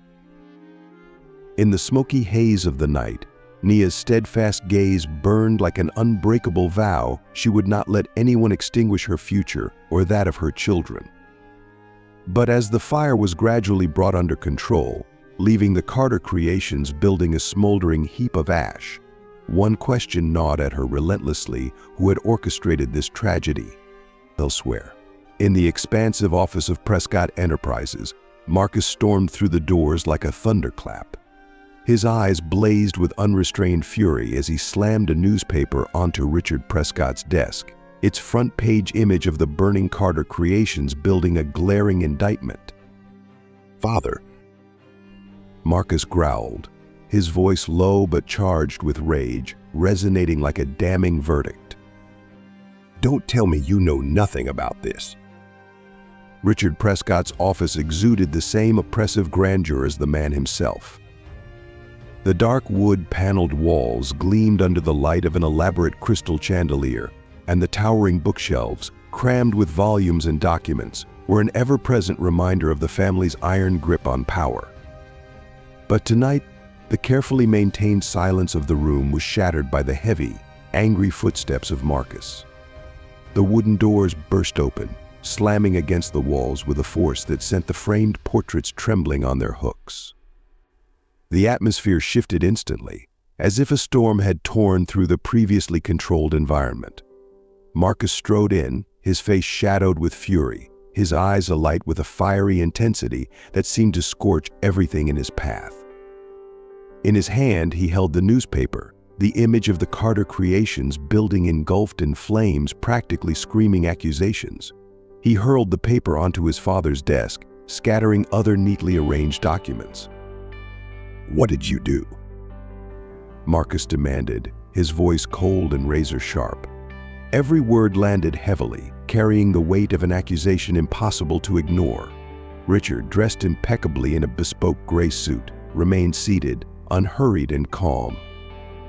He turned a page in the document before him with maddening nonchalance, as though oblivious to his son's seething anger. When he finally looked up, his expression was devoid of remorse. A faint, mocking smile tugged at the corners of his lips. "What are you talking about, Marcus?" Richard asked, his tone light but laced with thinly veiled derision. Marcus slammed his hands onto the desk, the sound reverberating through the room.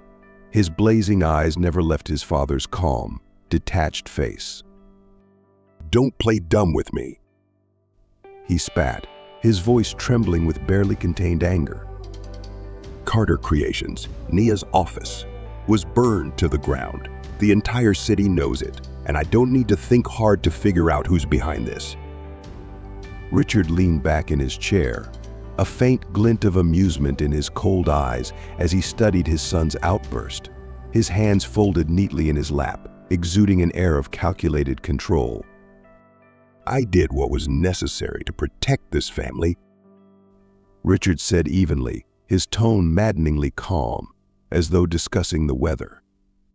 "Don't you see, Marcus, she's a liability. She weakens the Prescott name. She doesn't belong in our world, and she certainly has no place in the legacy we've spent generations building." Richard leaned forward slightly, his gaze turning steely and piercing. "Did you really think I'd let a woman like her sully the Prescott name?" He continued, his voice sharpening with every word. "If I have to choose between safeguarding this family's legacy and allowing her to tear it apart, my decision is crystal clear." Marcus laughed bitterly, the sound hollow and sharp, a release of the frustration and disgust that had been simmering within him for years. He shook his head, his glare never wavering from Richard's impassive face. "Protecting the family," Marcus repeated, his voice low and cutting. You think destroying Nia's work, threatening the woman I love and the mother of my children, is protecting the family? No, Father, you're not protecting anyone except your own pathetic legacy. And that legacy is nothing more than a mask for your selfish ambition. Richard's expression darkened, though his features remained composed. A flicker of anger danced in his eyes as he leaned forward, his voice dropping to an icy whisper. You're letting your emotions cloud your judgment. Marcus, he said, his words dripping with condescension. One day, you'll understand that maintaining power requires making hard decisions. This isn't personal. This is business. And the Prescott family does not bend to fleeting emotions or momentary attachments. No. Marcus replied, his voice suddenly calm, the kind of calm that carried the gravity of an irreversible decision. This isn't business and it isn't reason. It's deeply personal. And if being your son means I have to abandon Nia and my children, then this family is no longer something I can be a part of. Richard straightened, his broad shoulders casting a shadow over the desk. His tone grew sharper, his anger barely concealed beneath a veneer of control. You dare defy me, Marcus? He hissed, his words crackling with menace. Do you even realize what you're throwing away? Wealth, power, influence, everything that made you who you are today. Do you think you can survive out there without the Prescott name? I dare. Marcus interrupted, his voice steady and unyielding. He took a deep breath, as if sealing his resolve. I don't need the Prescott name to stand tall. I don't need your power, your money, or any of the change you use to control everyone around you. All I need is Nia and my children. They are my real family, not you, not this legacy. With deliberate movements, Marcus removed the Prescott family ring from his finger. The symbol of power and prestige he had once worn with pride now felt like a shackle. He placed it on the desk before his father, the sound of metal meeting wood echoing like a final goodbye. Richard's gaze flicked to the ring, a flicker of pain flashing through his eyes before it was swiftly replaced by cold fury. You're destroying everything our ancestors built, Marcus. Richard said, his voice taut with restrained rage. You're turning your back on this family, on its history. Once you walk out that door, don't expect to return. Marcus met his father's glare head on, his own gaze unwavering. I won't need to? He said, his voice firm and steady. Because I'm not walking in your shadow anymore. I'm writing my own story now, and for the first time, I know exactly where I'm going. With that, Marcus turned on his heel, his every step a defiant echo in the cavernous room. The heavy doors closed behind him, leaving Richard Prescott alone in the suffocating silence. The family ring lay abandoned on the desk, gleaming coldly under the chandelier's light, a stark symbol of a bond irreparably severed. Marcus emerged into the night, his breath mingling with the chill of the air. His heart was heavy with the weight of his decision, but for the first time he felt truly free. He had forsaken everything that once defined him: power, prestige, and the Prescott name, but none of it mattered anymore. He had chosen his real family, and with that choice he walked forward, unflinching, toward the light. As Marcus walked through the cold night, his resolve shone like a faint but unwavering light, guiding him toward a different future. Meanwhile, in another corner of the city, in the small room Nia called home, silence blanketed everything. She sat by the table, the soft glow of a dim desk lamp casting warm light across her contemplative face. Though the modest room was simple, it was the only place that gave her a semblance of safety amidst life's relentless storms. Yet tonight, the once comforting space felt heavier than ever. The room was shrouded in quiet, broken only by the rhythmic ticking of a clock and the soft breaths of her 3 sleeping children. Aiden lay turned toward the wall, clutching his favorite pillow tightly. Lila and Sienna were nestled close together, their small bodies wrapped snugly in blankets, wisps of hair falling across their innocent faces. Their breaths were soft and even like a gentle lullaby that filled the air. But to Nia, each inhale and exhale was like a knife twisting in her chest, a reminder of the responsibility she felt she had failed to uphold. Sitting in the worn chair beside their bed, Nia's hands hung limply over her knees. Her gaze never left her children, as if searching their sleeping faces for the peace she couldn't seem to find. Tears fell silently, tracing cold paths down her cheeks before landing on her trembling hands. I couldn't protect us, she whispered, her voice so faint it barely escaped her lips, yet it carried a grief that felt insurmountable. It was everything I built, everything I worked for. It's all gone, I'm sorry. I failed. She pressed a hand to her mouth, trying to stifle the sobs rising from her chest. But the pain was too much an unrelenting wave that washed away any semblance of composure she had left. She bent forward, clutching the edge of the bedsheet so tightly her knuckles turned white. Memories crashed over her like a relentless tide, each one sharper than the last. The vivid image of Carter Creations engulfed in flames, the black smoke spiraling upward, devouring every ounce of her hard work. The wailing sirens and panicked shouts seemed to echo in her mind, refusing to fade. Where did I go wrong? She murmured, her voice catching as the question tumbled out. What did I do to deserve this? I tried so hard, and it was all for nothing. Her gaze shifted back to her children, her eyes red and glistening with a painful mix of guilt and love. Aiden, Lila, and Sienna, they had endured so much, seen more hardship than any child ever should. She felt as though she had dragged them down into her abyss. I'm so sorry, she whispered again, her voice cracking. You deserve so much more, so much better than me. She buried her face in her hands, tears falling freely now. For a moment she felt as if she were drowning in the darkness, unable to find a way out. This small room, once their sanctuary, now felt like a suffocating cage, trapping her with her pain and powerlessness. But then, as if by instinct, her eyes returned to her children. Their innocent, sleeping faces stirred something deep within her, not more pain, but love. A fierce, unyielding love that burned hotter than her despair. I can't give up, she thought, her voice trembling but growing steadier with each repetition. Not for me, but for them. She drew in a shaky breath, wiping away her tears even as they continued to fall. Somewhere in the overwhelming darkness, a flicker of hope began to spark. A soft knock at the door broke the silence, pulling Nia from her spiraling thoughts. She quickly wiped her cheeks, trying to compose herself even as her heart felt raw and hollow. Come in, she said, her voice hoarse, barely audible. The door creaked open, and Chloe stepped inside, her face etched with concern and empathy. Her blonde hair was tied back neatly, and her coat still carried the chill of the evening air. Chloe didn't speak immediately. Instead, she moved closer, sitting beside Nia with quiet purpose, her sharp eyes taking in every detail of her friend's exhausted, tear-streaked face.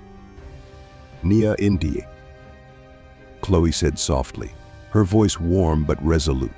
She reached out, gently taking Nia's trembling hand in her own.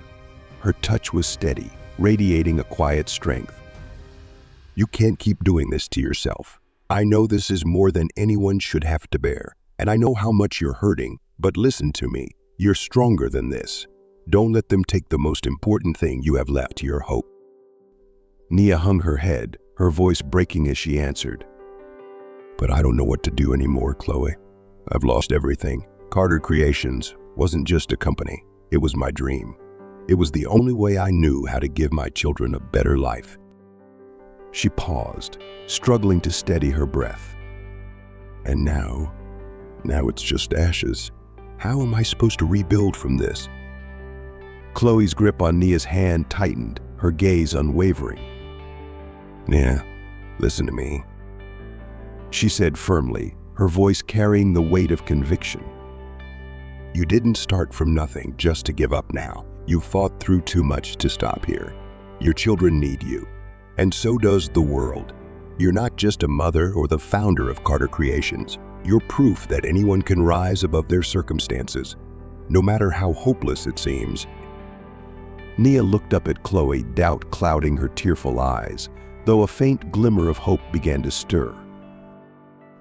What if I fail again? She asked, her voice shaking. What if everything I touch just falls apart? I don't know if I can handle that. Chloe gently lifted Nia's chin, forcing her to meet her gaze. Remember why you started, Nia.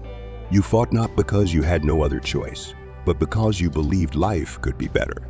And I know that deep down, you still have that strength. You've survived things that would have broken anyone else. And now, if you don't stand up, no one else can do it for you. Nia exhaled a shaky sigh, but for the first time it felt lighter. I can't do this alone, Chloe, she admitted, her voice trembling. I don't even know where to begin. You're not alone, Nia. Chloe smiled, her eyes warm with reassurance. I'm here. I'll always be here. We'll rebuild this together stronger than ever. But first, you have to stand up for yourself, for your children, and for everyone who believes in you. Nia looked into Chloe's eyes, her own still red and swollen, but now tinged with a fragile determination. She nodded slowly, letting Chloe's words take root in her heart. You're right, she whispered, her voice still trembling but steadier. I can't give up. Not now, not ever. Chloe smiled wider, a small beacon of light in the darkness. She patted Nia's shoulder gently. That's the Nia I know. Remember, you're not alone. We'll get through this just like always. In that small room, surrounded by the gentle breaths of her sleeping children, a new fire began to kindle in Nia's heart. This time it wasn't a fire of destruction or despair, but one of hope and resolve stronger than ever before.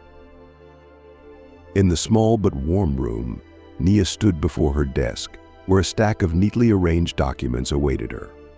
Under the soft golden glow of the desk lamp, the bold print on the lawsuit form stood out, each word screaming aloud the truths she had suppressed for far too long. Nia took a deep, steadying breath, her hand resting on the paper as if to ground herself. She felt the tension in every vein, every muscle, as though her entire body was bracing for a battle she knew would be anything but fair. In the mirror across the room, her reflection stared back not the exhausted, defeated woman she had been after the fire, but a warrior, resolute and unyielding. I've been silent for too long, she murmured, her lips pressing into a firm line, her gaze steely with determination. It's time they face the consequences, not just for what they did to me, but for everyone they've ever wronged. She walked to a small shelf and picked up the folder Chloe had helped her prepare. Evidence, witness statements, and her own story, all meticulously compiled. Her hand trembled slightly as she gripped the folder, but her eyes didn't waver. Chloe entered the room, a steaming cup of coffee in hand. Are you sure about this, Nia? Chloe asked, her voice tinged with concern but also admiration. Nia turned to face her, her expression unwavering. I'm sure, she said, her voice low yet unshakable. They think their power and wealth can silence every voice, but they're wrong. I'm not just doing this for me. I'm doing it for my children. They need to know their mother never bowed to injustice. Chloe offered a small, supportive smile, setting the coffee down on the desk. I'm here for you always, she said, her eyes glowing with trust and belief. And I know you can do this. Prescott Enterprises may be powerful, but they've never faced someone like Nia. Nia lifted the folder, feeling its weight not just the physical heft of paper, but the far heavier burden of courage and conviction. She stepped toward the door, the light from outside spilling in and illuminating her face, making her eyes shine brighter than ever. She didn't know what the outcome would be, but she knew one thing for certain: this was the path she had to take for herself, for her children, and for everyone who had ever been crushed beneath the weight of an unshakable force. And this time, she would not back down. In the bright light of the following morning, Nia stepped out of her small home, clutching the stack of documents tightly in her hands. Each step she took on the path ahead was fueled by determination, yet she knew this battle couldn't be fought alone. At that very moment, in another part of the city, Marcus Prescott was preparing for a pivotal move of his own. With his phone in hand, his eyes lingered on the name displayed on the screen, Nia Carter. He knew that if he wanted to atone for his past mistakes and protect her and their children, he would have to stand by her side in this fight, no matter the cost. When Marcus's car pulled up in front of Nia's lawyer's office, their eyes met through the tinted window. Nia's expression flickered with surprise and suspicion, but she didn't walk away. She stood her ground, and Marcus approached, his face a mix of resolve and sincerity. "We need to talk," he said, his deep voice steady, carrying the weight of a declaration they would face the towering forces against them together. Nia hesitated briefly, then nodded. She understood that to dismantle an empire, she needed every ounce of support she could muster, even from Marcus. And so began an unlikely alliance, brimming with potential. In a small conference room at Nia's lawyer's office, the glow of overhead lights illuminated stacks of documents, sprawling diagrams on the table, and red pens dotting a whiteboard. The space was compact, but charged with the intensity of two people preparing to challenge a giant. Nia sat at one end of the table, her hands deftly flipping through notes, her sharp gaze like a blade cutting through the clutter. At the other end, Marcus stood tall, a laser pointer in hand, directing attention to a complex diagram of Prescott Enterprises, marked with red circles. "This is where it starts," Marcus said, his voice low and deliberate, his eyes scanning the documents as though he were retracing the steps of his own past. "These files lead us to the shell transactions they've buried in satellite projects. This is the first thread. If we can pull it, we'll have enough evidence to expose years of financial manipulation." Nia leaned back in her chair, arms crossed, her gaze locked on Marcus. "And how do I know you're not leading me into another trap?" she asked. Her words were pointed, but her tone lacked the harshness it once carried. Instead, there was caution, the sound of someone testing the waters of trust they'd once lost. Marcus set the pointer down on the table, drawing a deep breath. His eyes softened, revealing a rare sincerity. "I understand why you doubt me," he said, his voice quieter but no less firm. "I don't blame you, but Nia, I have nothing left to hide. I gave up everything to be here to help you. I'm not asking you to trust me overnight, but I promise you you're in control. I'll provide the information, but every decision will be yours." Nia stayed silent, her eyes scrutinizing every inch of his face, as though searching for the slightest trace of deceit. But his gaze didn't waver, and there was no hint of avoidance. "Fine," she said at last, her voice measured but resolute. "I'll trust you, for now." The two began working, the silence punctuated only by the rustling of papers and the clatter of keyboard keys. Marcus brought forward internal documents, old emails and altered contracts, each piece a fragment of the larger picture exposing how Prescott Enterprises had manipulated the truth. "This is one of the key contracts," Marcus said, sliding a file across the table to Nia.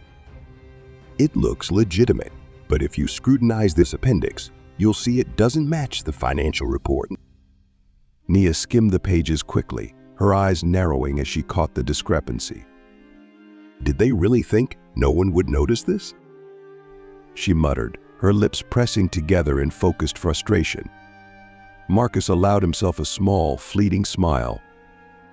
"They thought their power would silence anyone who tried, but they didn't count on you." Each night, after Nia's children had fallen asleep, she and Marcus sat across from each other in the soft glow of her desk lamp. Nia's fingers flew across her keyboard, her eyes fixed on the bluish glow of the screen as she logged evidence. Marcus sat beside her, guiding her step by step, explaining the subtle tactics his family's empire had used to evade accountability. One evening, after a long stretch of silence, Marcus spoke, his voice low and tinged with admiration. "You're better at this than anyone I've ever worked with." Nia glanced up, caught off guard by his compliment. "I'm not doing this for praise, Marcus," she said firmly. "I'm doing this for my children, for people like me, people who've been silenced by greed and power." Marcus nodded, his expression solemn. "And that's exactly why I believe in you," he said, his voice steady. Over time, the tension between them ebbed, replaced by a collaboration built on mutual purpose. Nia came to see that Marcus was no longer the selfish, cold man she once knew. He worked tirelessly, providing critical information and leaving every decision in her hands. On their final night of preparation, as they completed the last of the documents, Nia set down her pen, a wave of exhaustion and accomplishment washing over her. She looked at Marcus, her eyes no longer clouded with doubt, but instead filled with acknowledgement. "Thank you," she said softly, her tone imbued with genuine gratitude. Marcus offered a faint smile, his shoulders relaxing for the first time in days. "You don't need to thank me. This is what I owe you and our children." In the quiet of that small room, under the dim glow of the lamp, two determined faces reflected a shared resolve. From adversaries to allies, they were now partners in a fight far greater than either had imagined, a fight for truth, justice, and the future of those they loved. In the days that followed, the collaboration between Nia and Marcus deepened. Each night, the dim glow of a desk lamp illuminated the small room where they pored over documents, preparing for the battle ahead. Their synergy grew not only in their shared dedication to the work, but also in their mutual belief in justice. Yet, despite the progress they made, Nia couldn't shake the weight in her heart. Deep down, she knew that in a fight against a giant like Prescott Enterprises, trust was a luxury she could scarcely afford.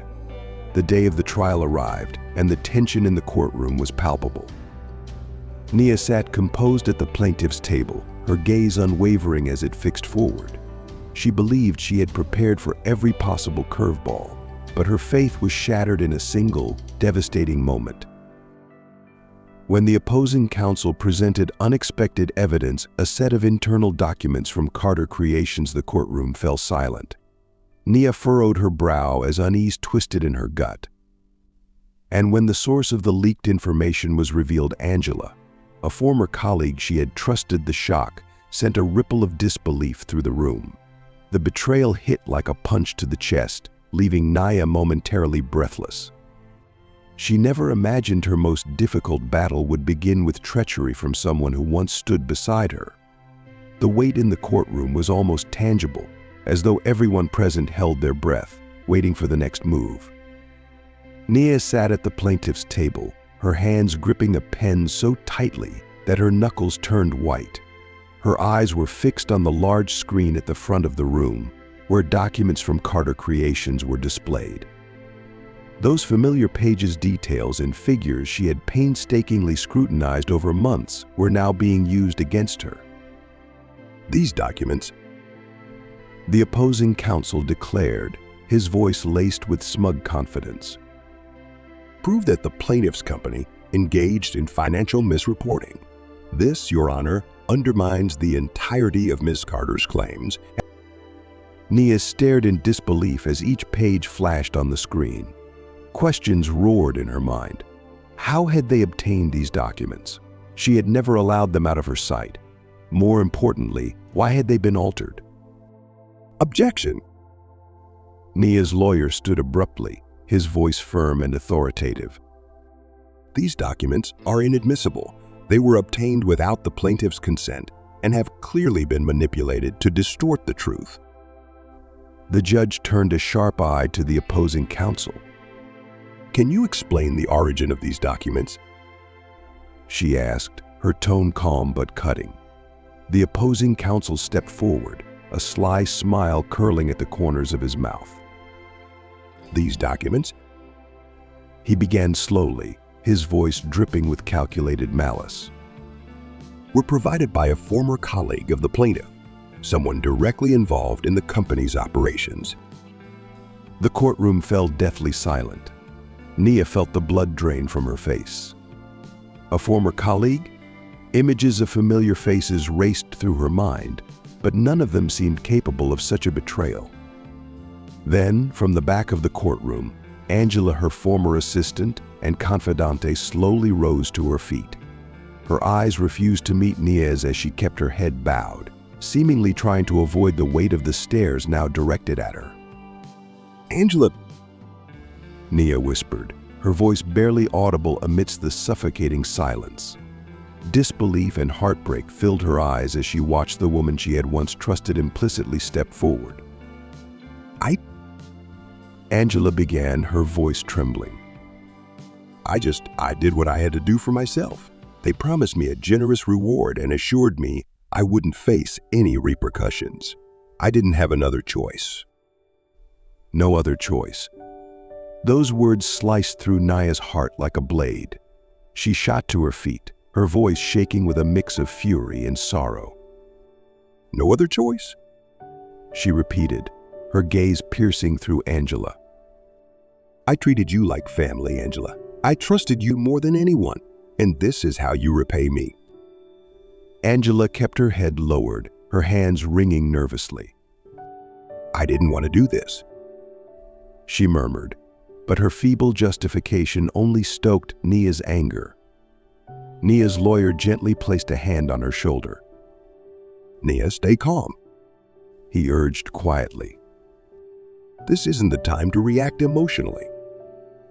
Nia drew a deep breath, forcing herself to sit back down, though her eyes never left Angela. She felt as though the ground beneath her was crumbling, but she knew now wasn't the moment to falter.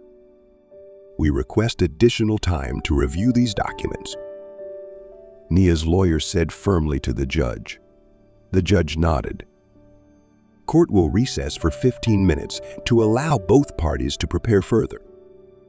As they stepped out of the courtroom, Nia felt as though she were walking a tightrope suspended over an abyss. She turned to Marcus, who had remained steadfastly by her side, a pillar of silent support. They think they can destroy me with this, she said, her voice steady despite the fire in her eyes. But they're wrong. Marcus placed a reassuring hand on her shoulder, his gaze warm but resolute. You're not alone, Nia. They made a mistake thinking you would crumble. We'll fight this together. Nia nodded, her eyes now gleaming with determination. Though her heart ached from Angela's betrayal, she knew she couldn't stop.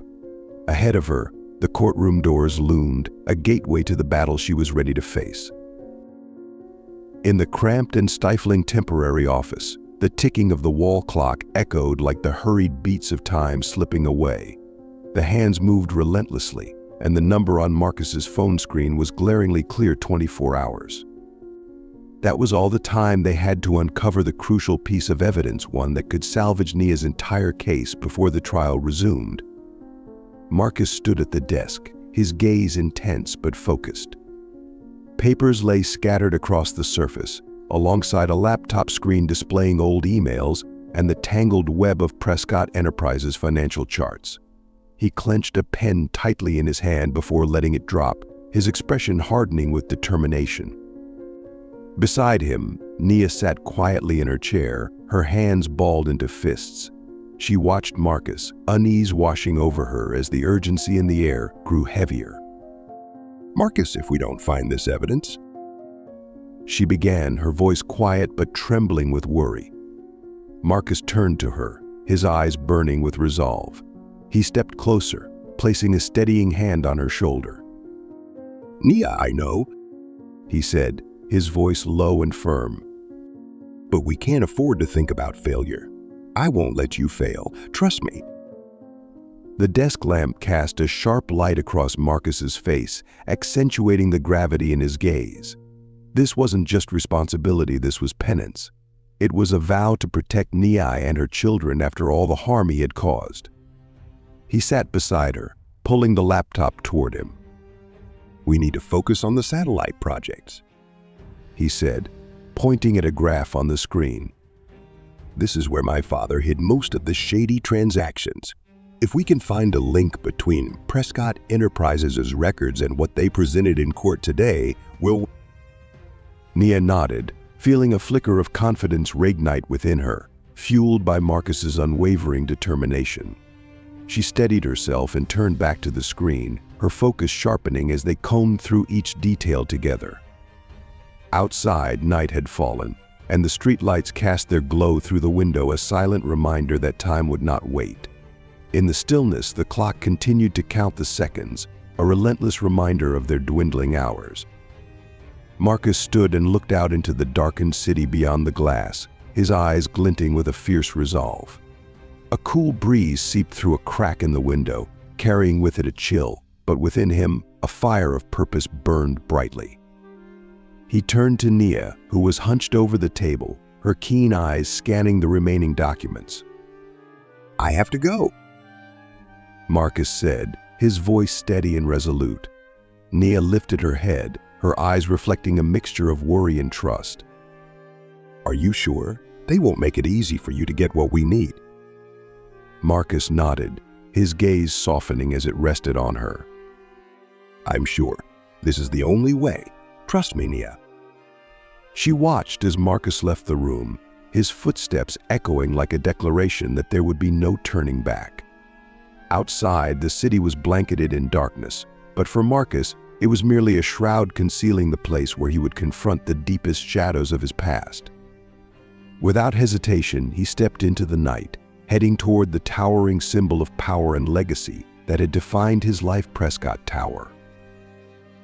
Darkness shrouded Prescott Tower, the iconic building of the Marcus family, now evoking a feeling both hauntingly familiar and terrifying. The glow of security floodlights swept across the front courtyard, casting harsh white streaks over the cold marble ground.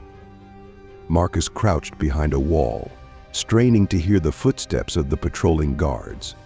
His heart pounded violently in his chest, but his eyes burned with resolve.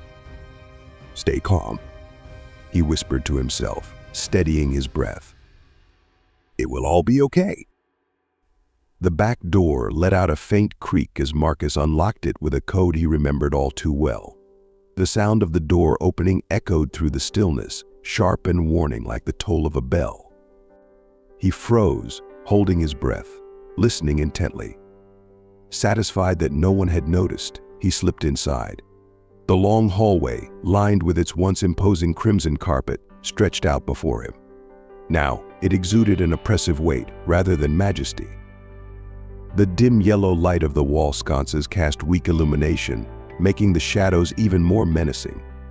Marcus crouched low, moving swiftly but silently, each step syncing with the pounding rhythm of his heartbeat. A flashlight beam swept over the walls, grazing the gaps between the statues. Marcus ducked behind a massive marble sculpture, pressing himself against its cool surface. The guards' footsteps drew closer, each one a hammer strike of tension. When the light shifted away, he darted toward the staircase leading to Richard Prescott's office. Standing before the heavy wooden door of his father's office, Marcus took a deep, steadying breath. The electronic lock blinked with a faint green light. His sweaty palm hovered as he entered the code. The door clicked softly open, revealing the vast room adorned with family portraits and a gleaming mahogany desk. Marcus's gaze locked onto the filing cabinet behind the desk, the vault of secrets that could overturn the entire case.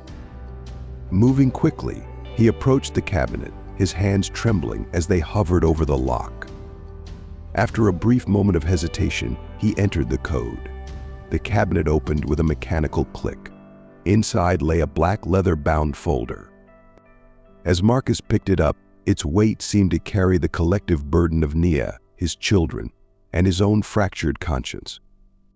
He flipped through the first few pages, the desk lamp casting light over rows of figures and signatures, evidence of shady dealings and concealed expenditures that Prescott Enterprises had desperately tried to bury. Clutching the folder tightly, Marcus exhaled, his breathing heavy, but his expression resolute.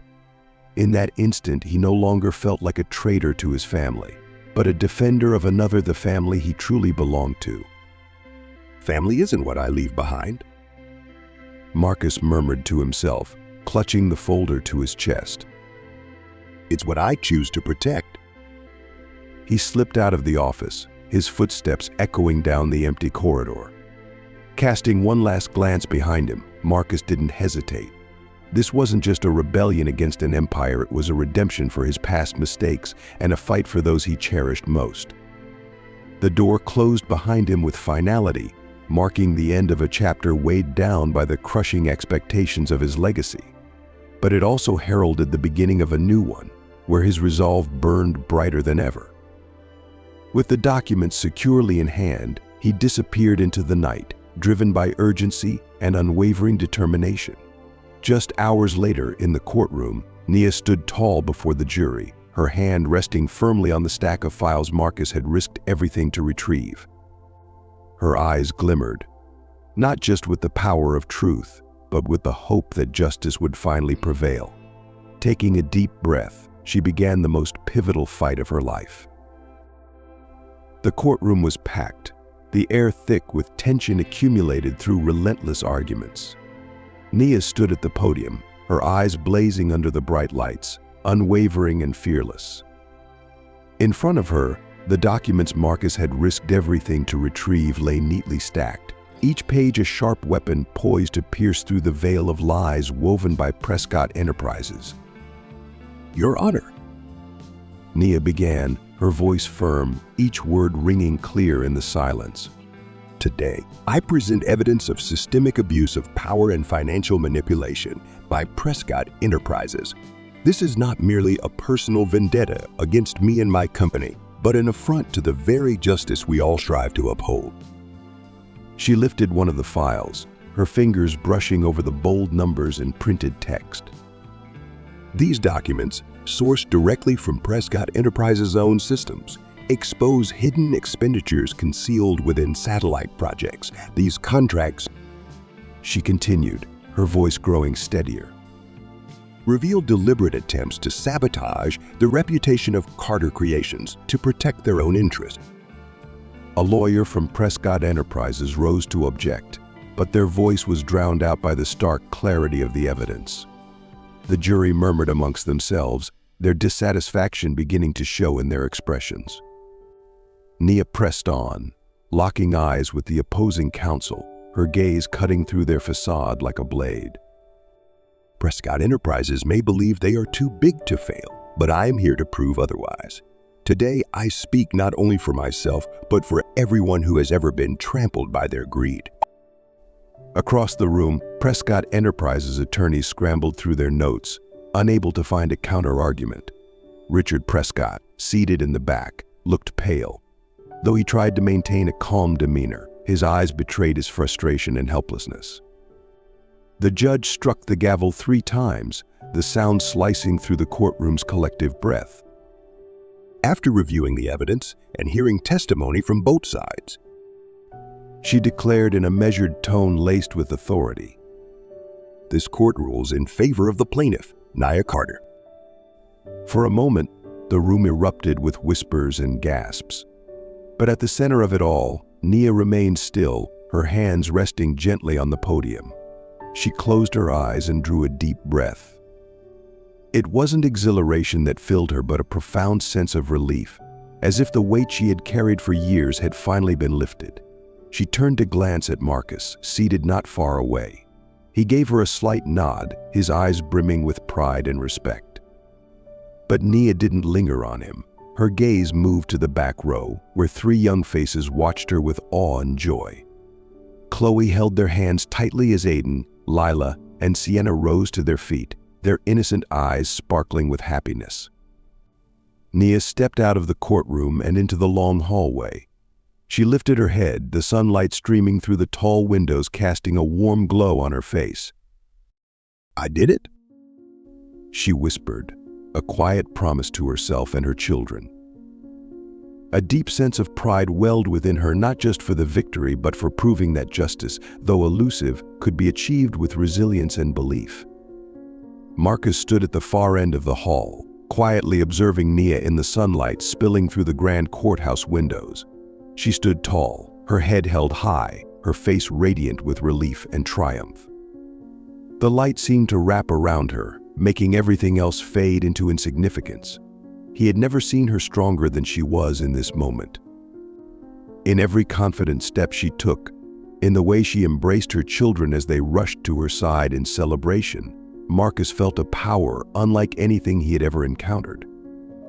This wasn't just the victory of a lawsuit, it was the triumph of a woman who had faced injustice, borne the scars of her battles, and emerged unbroken. Marcus clenched his fist slightly, his chest swelling with an indescribable emotion. It was a deep respect for the woman he had once hurt, admiration for the mother who had fought tirelessly for her children, and a belief that she embodied the impossible made real. She's not just strong, Marcus thought, unable to take his eyes off Nia. she's the strongest person I've ever known.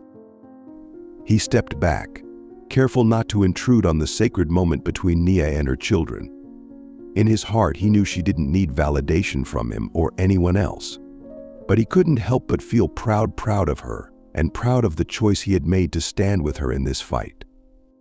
You know, Chloe's voice broke through his thoughts, and Marcus turned to find her smiling warmly at him. Her eyes sparkled with quiet approval. you picked the right side, Marcus. Nia didn't need saving. But today you became part of her victory. Marcus didn't reply. He offered her a small, bittersweet smile, one that reflected both joy and reverence. Deep down, he understood Nia wasn't merely a chapter in his life, she was the best thing he had ever witnessed. In the fading light of the afternoon, Marcus quietly left the courthouse hallway, though the image of Nia and their 3 children remained vivid in his mind.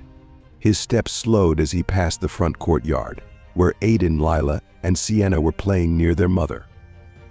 The children's laughter rang out, pure and unrestrained, blending with the gentle way Nia bent down to embrace them.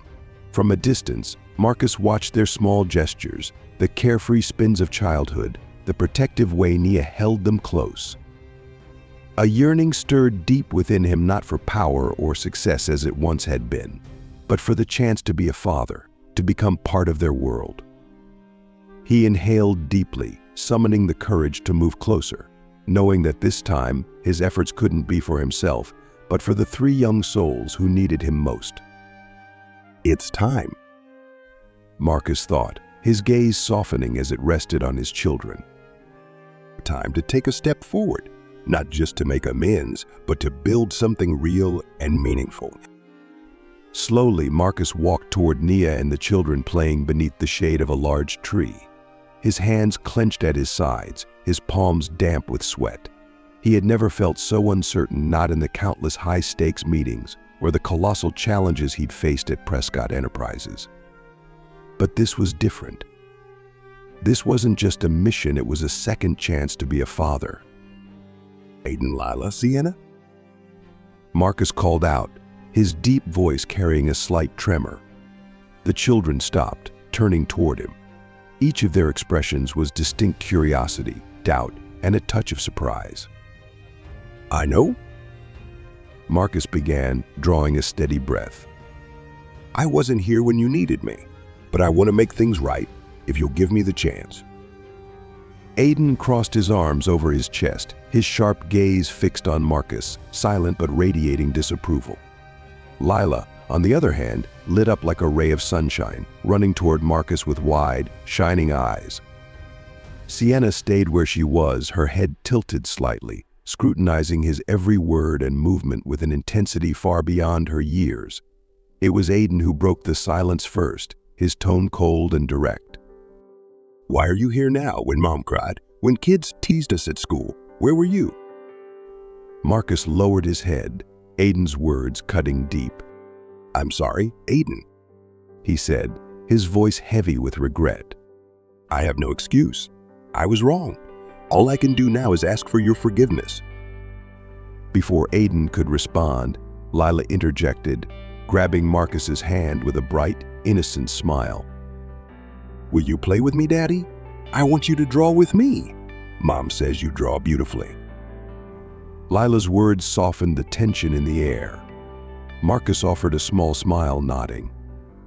I'll draw anything you want, Lila. Sienna, who had remained silent, finally took a step forward.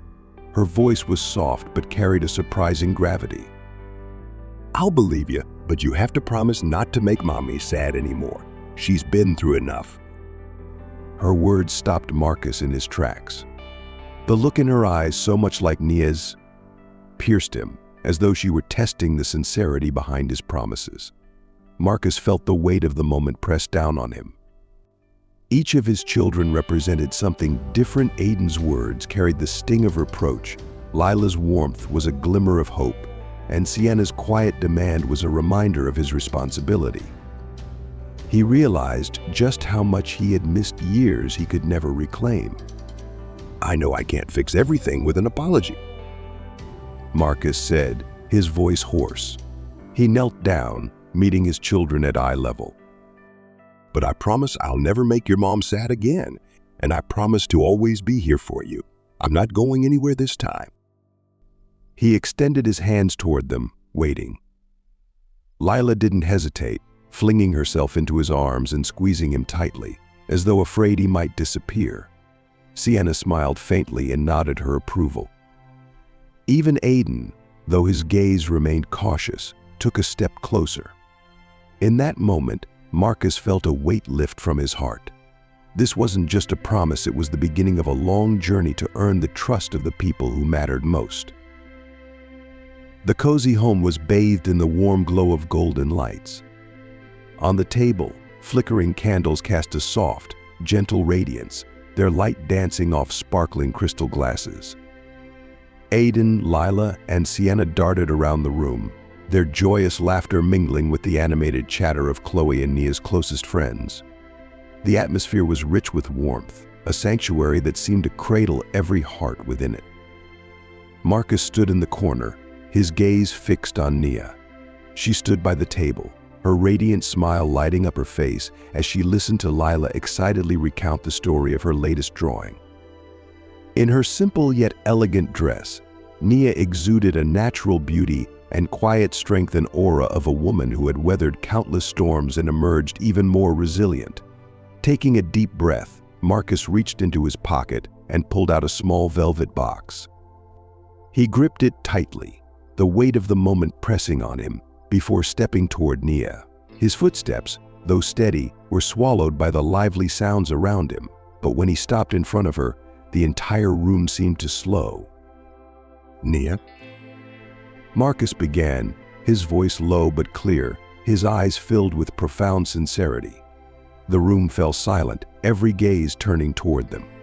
Nia looked at Marcus, her brows knitting slightly in curiosity, as if to ask what he was doing. Marcus dropped to one knee, opening the velvet box to reveal a ring, its modest stone gleaming in the candlelight. He looked up at her, his eyes brimming with love and contrition. Nia. He started again, his voice trembling slightly but resolute. You've taught me that family isn't just about blood. It's about love and sacrifice. I once walked away from the most important thing in my life, but you've given me a chance to make things right. He drew in a steadying breath, his words carrying the weight of a heartfelt plea. I don't want to lose this family again. I don't want to lose you or the kids. Nia, will you give me the chance to build a life with you? A life where I dedicate everything I am to protecting and loving you. Nia stood frozen, her eyes wide, the candlelight reflecting in her tear-filled gaze like tiny stars. She looked at Marcus, seeing in him not just a man seeking forgiveness, but one who had worked tirelessly to earn her trust. For a fleeting moment, she thought of the past, the wounds, the times she had stood alone. But then she remembered the journey they had walked together, the steps he had taken to become the man standing before her now. Marcus? Nia finally said, her voice soft but steady. You've already had your second chance. And this time, don't make me regret it. A gentle smile spread across her face, carrying with it a mix of trust and hope. She extended her hand, allowing Marcus to slide the ring onto her finger. The room erupted in cheers and laughter. Lila jumped up and down, racing over to hug them both. Daddy and Mommy are getting married, right? Daddy, you're staying forever, aren't you? Sienna smiled faintly, a knowing look on her face, as though she had predicted this all along. Aiden, though hesitant at first, couldn't hide the small, genuine smile that tugged at his lips as he saw the happiness radiating from his mother.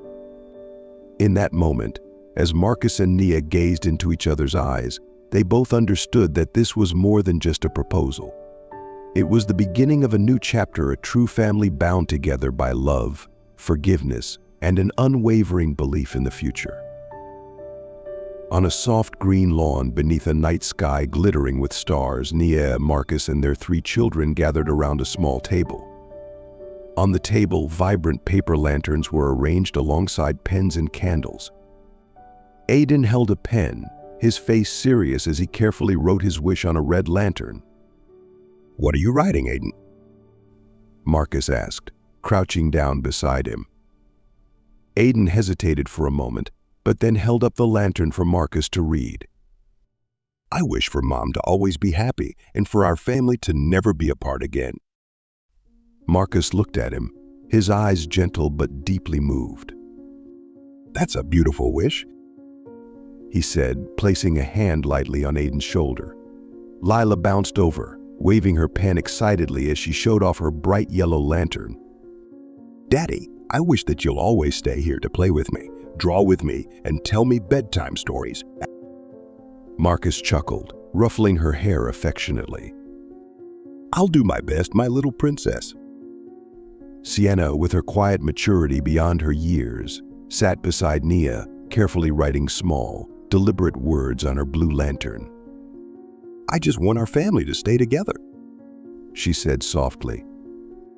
"And for Mom to never have to worry again." Nia smiled, wrapping her arm around Sienna's shoulders. "Thank you, Sienna. That's the biggest wish I have too." Marcus picked up a small candle, lighting each lantern one by one. The warm glow began to spread, illuminating the lanterns like tiny flames of hope. He handed one to Nia, their eyes meeting in a silent exchange of understanding and gratitude. Together, the family released the lanterns into the night sky. One by one, they floated upward, their lights merging with the vast darkness above, carrying with them the wishes and dreams of every family member. The soft glow from the lanterns bathed each face in a warm, golden light. Nia, standing at the center of her family, smiled radiantly, her eyes glistening with happiness. Marcus bent down to embrace Lila and Aiden, while Sienna held Nia's hand, her gaze fixed on the sky, watching the lanterns soar higher and higher. The camera slowly pulled back, capturing the small family huddled together amidst the endless expanse of the moonlit lawn. Above them, the lanterns shone brightly, blending seamlessly with the distant stars. Their light served as a quiet testament that no matter how painful the past or how challenging the journey, the future remained full of hope and love. One lantern climbed higher than the rest, glowing brilliantly against the darkness, a symbol of the family's reunion and the fresh start ahead for Nia and her loved ones, a family bound by love, forgiveness, and unshakable belief in the promise of tomorrow. In the gentle glow of the lanterns rising high into the night sky, the story of Nia and Marcus came to a close, but its message would echo far beyond its end. This was not merely the tale of a man seeking redemption or a resilient woman rising after every fall. It was a living testament that no matter how many times life knocks us down, love, forgiveness, and hope possess the power to rebuild everything. Marcus learned that family is not about power or prestige, but about love and the willingness to sacrifice for those you hold dear. Nia proved that even in the darkest moments, steadfastness and faith in oneself can guide you through any storm. This story serves as a reminder that sometimes we must let go of the past to move forward, forgive to find peace, and love to discover life's true meaning. The lanterns continued to ascend, carrying with them the light of faith and new beginnings. Beneath the vast, open sky, Nia, Marcus, and their children stood together, hand in hand, ready for a new journey, a journey free of resentment, filled only with love, hope, and the promise of a brighter future. But can this new chapter erase the pain of the past? What challenges await this fragile reunion? Don't miss the next episode to uncover the twists and turns of their journey to rebuild trust, love, and family.